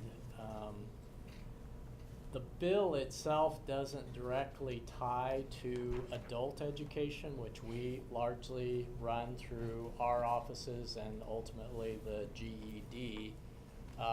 It is modeled after what Ohio has put into place to address adults. These are individuals 22 and older who did not graduate from high school, to try to address their needs for not only education but also developing work skills and career work in that regard. It has a hearing on Monday before the Business and Labor Committee. We provided Senator McDonald with some suggestions of what he may need to do. So at this point, I think the bill is introduced. If it's going anywhere, it's not going as it's currently drafted. There's going to be some modifications to it. He was interested in understanding how we could connect this, how many currently out there provide the GED service adult education classes. There's only 2 high school districts that do that anymore, Plattsmouth and Crete.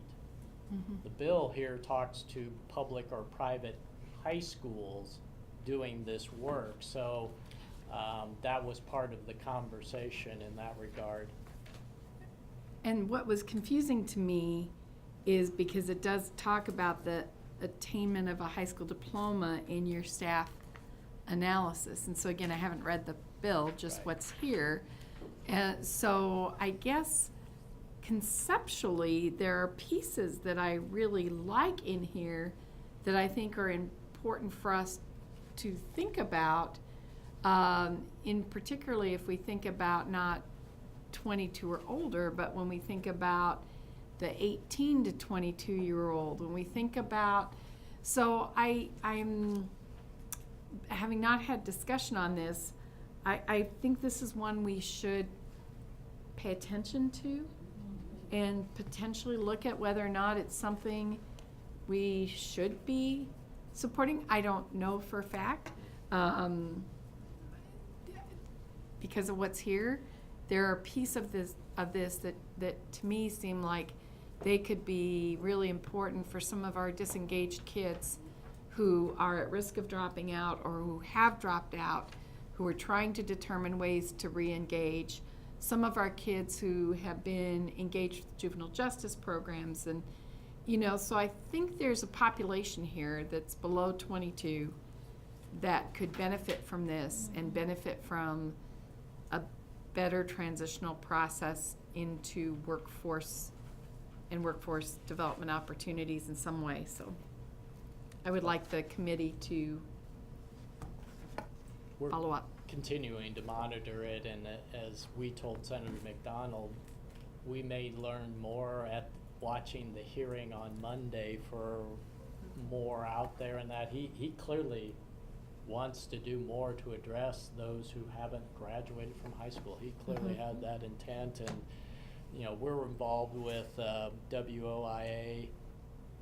This doesn't directly tie to that, so we gave him some suggestions of some things, how you could tie this together, and so there's work we're gonna continue to do. We're trying to get him more information so he knows. I believe Ohio actually has a private provider who does this online. Well, we don't have online adult ed providers really in Nebraska. So that was part of the conversations about how do you hit a wider audience. We know there's a need for this. So he's waiting to get some information from us so he better grasps the work we're doing here at the department, whether that's in adult ed, voc rehab, and the work we're already doing with labor on that whole concept.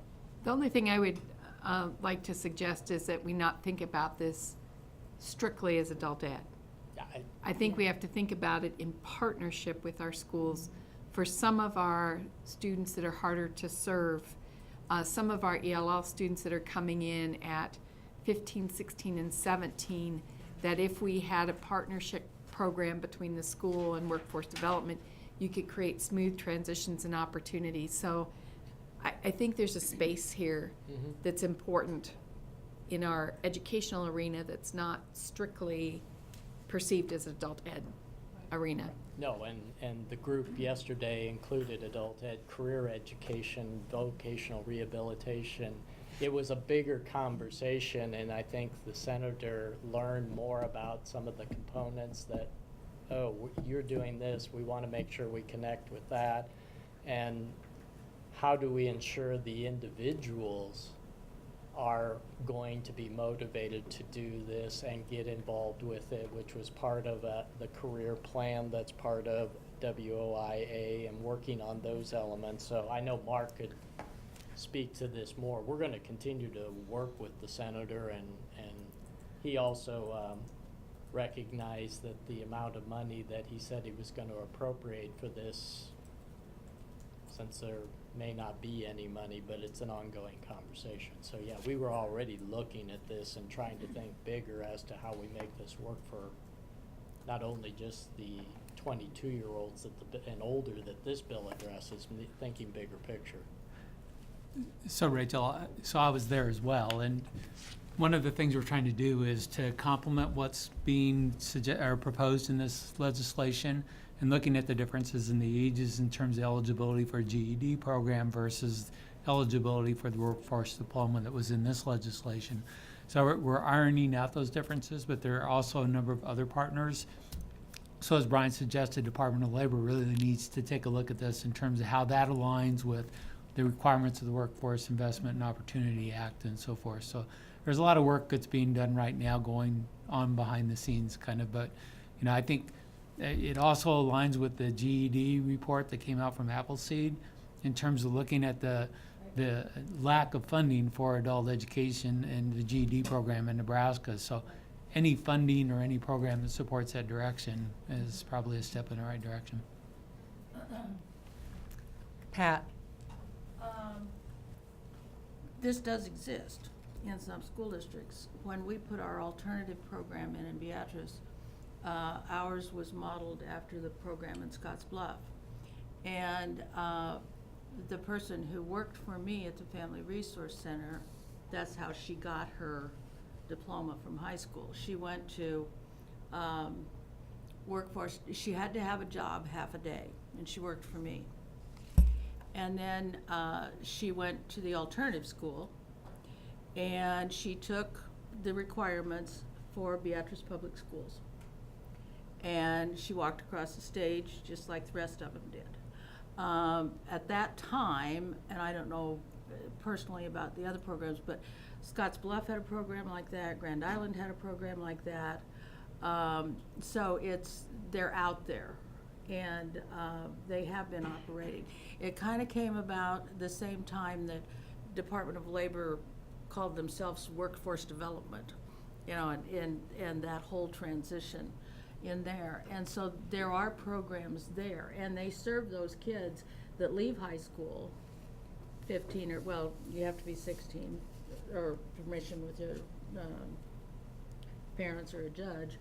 But, you know, that's what And we still have an alternative school, and I know Grand Island does, and I know that Scottsbluff does, and so the workings are out there. It's not that it's universal, I don't think, but. Right, right, and I guess I don't want to confuse this with some great things happening in alternative ed already in Nebraska. This is not, the discussion is not, the discussion would be to add more opportunities that meet different Yeah. sets of needs. Yeah. Because But there are alternative models education out there to look programs at. don't always meet the needs of some of the folks we're talking about here. Yeah. And there's some that fall in the gaps. And I think that's part of, Yeah. that are kind of There a bridge between adult ed and high school and. But there are models in the state that can be looked at. Patsy, did you have your hand up? Well, I'll just abbreviate what I was going to say, but Brian, you were talking about how much it's going to cost, and of course, there's no money and that sort of thing. But the look at that from the flip side is how much money is it going to make our state with people being employed? And yeah, I mean, there's all kinds of benefits to it financially as well. So we could dream a little, right? Yeah. Oh, we can dream all we want, and yeah, that's part of it, but, That also could be substantial. right. Right. So is there anyone that, oh, Lisa? Oh, I thought you were moving on to another bill. Oh. Is there a specific position anyone wants to take on this? Support or opposition, just remain neutral and get more information? Come back with it from the committee, yeah. After you read the We can do that. Yeah. Lisa, you have another bill? Since Mark's in the room, I'm glad maybe he can help me with this. But LB 346, I remember when I taught when special education was funded at 80-some%, and now it's 40%. And so I just wondered, have you had any discussions about this? It's incrementally increasing SPED input over time. Is this something that you think is going to go someplace now that I just wanted some discussion on this. I think it's a good idea, but I don't know if it's feasible, if there's a better way to do this. I don't know. What do you think? So the bill is by Senator Wishart. She introduced it, and you're right, it's trying to step up state funding to reimburse school districts for special education costs.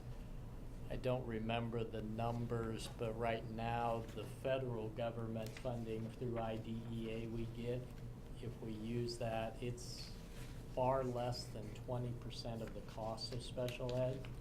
The state funding portion makes up some of it, but the largest percentage of funding for special ed is coming out of local resources today.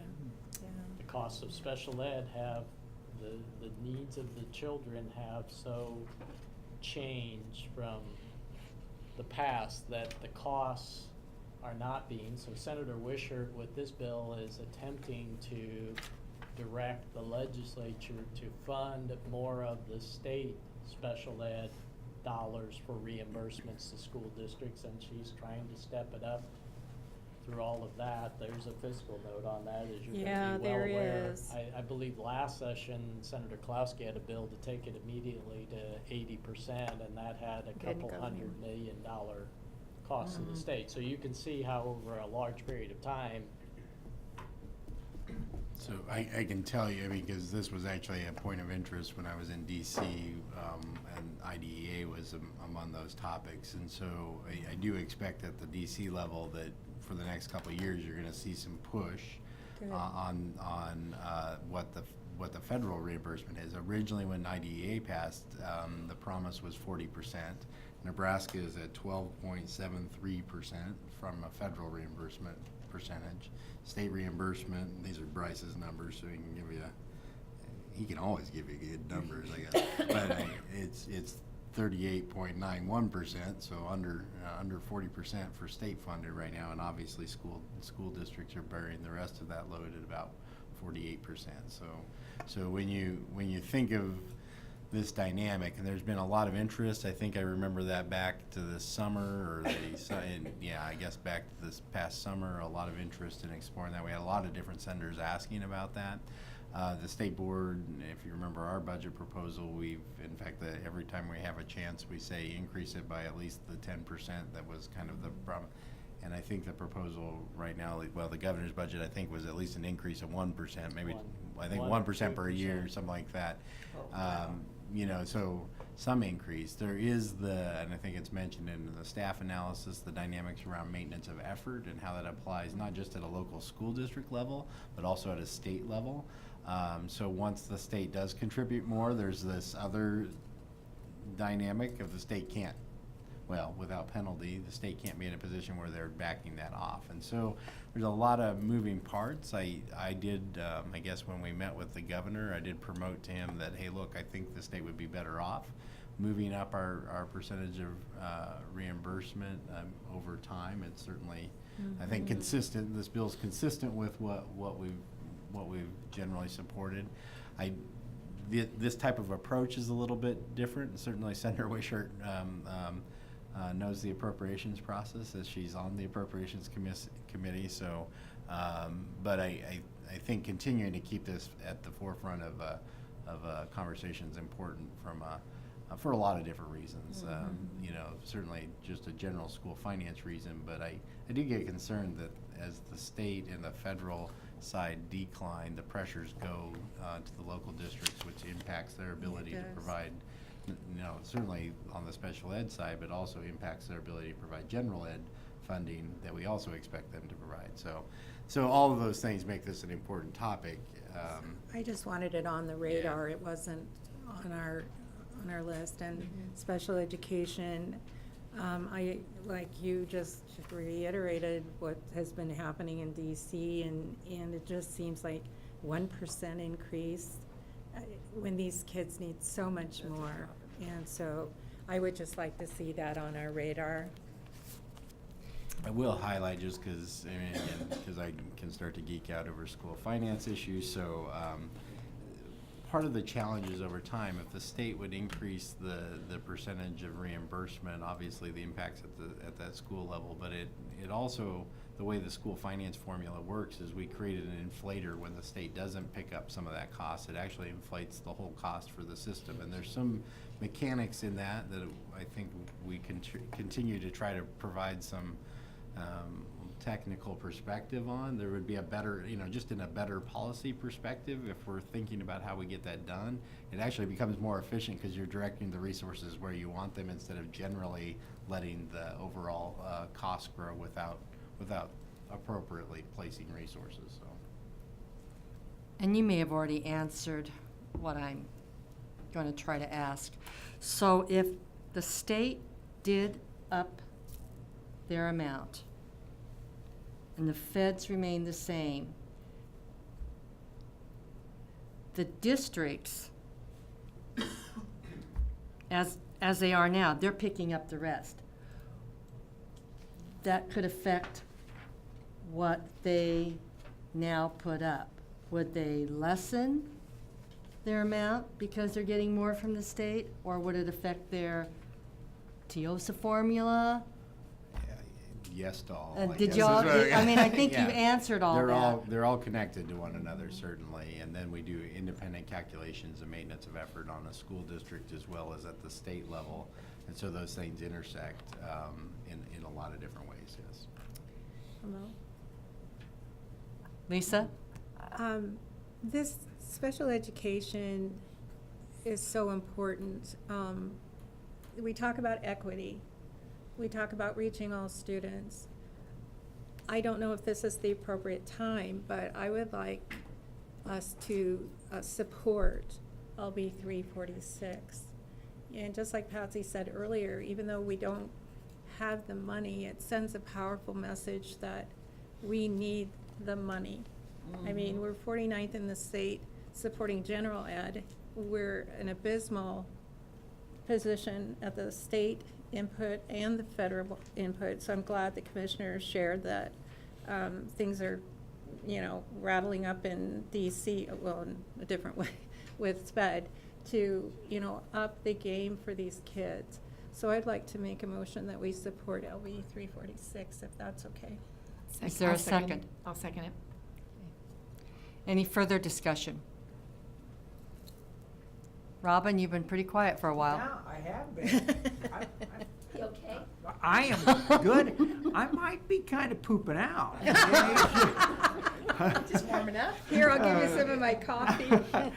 No, really, I appreciate you asking me, but this is one of those times where I'm learning a lot more and keeping my mouth shut.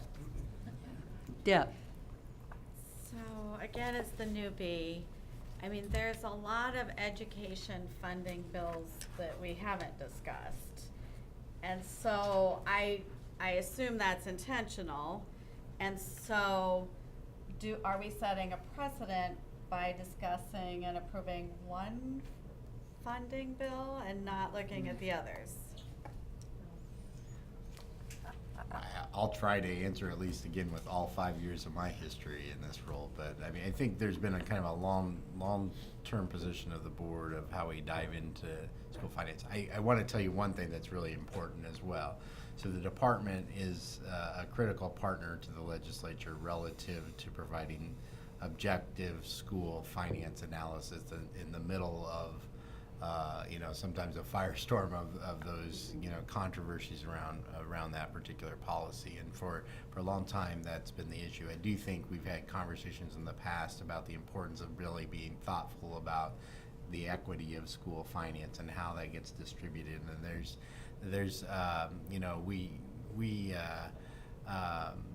I think have perspectives that are important, and sometimes when bills get introduced, there's a lot more to kind of dive into, and a lot of complication with some of those. So it's not that we don't do that, but we do monitor all of the school finance activities. We try to be thoughtful about the type of analysis that achieves the end results that we want. I think the special ed one's different, back to your precedent piece. This has been a long-standing position, I think, of this board to support increases in the percentage of funding for special ed. So I don't think that pulling that one out is setting a different type of precedent. Thank you. That's a good question. Any other questions? Any other bills? Brian? You have a motion and a Yeah, second. motion. on the Oh, we floor, do. so- Yeah, go ahead. Any further discussion on 346? Seeing none, Denise, call the roll. Witzel, Yes. Tim, Yes. Kojons, Yes. Wise, Yes. Freaky, Yes. Stevens, Yes. Neary, Yes. Nichols. Yes. 8 yes. Any further bills anyone wants to bring up? Seeing none, as Jimmy Buffett would say, it's 5 o'clock somewhere, and it's almost 5 o'clock here, and I'm turning this over to you, President Witzel. Thank you very much, Maria. Thank you very much. Mr. President, just if I could interrupt. Please. Maureen gave us a lot of, the members of the committee, a lot of thank yous, members of the staff, a lot of thank yous, but I'd like to specifically thank her.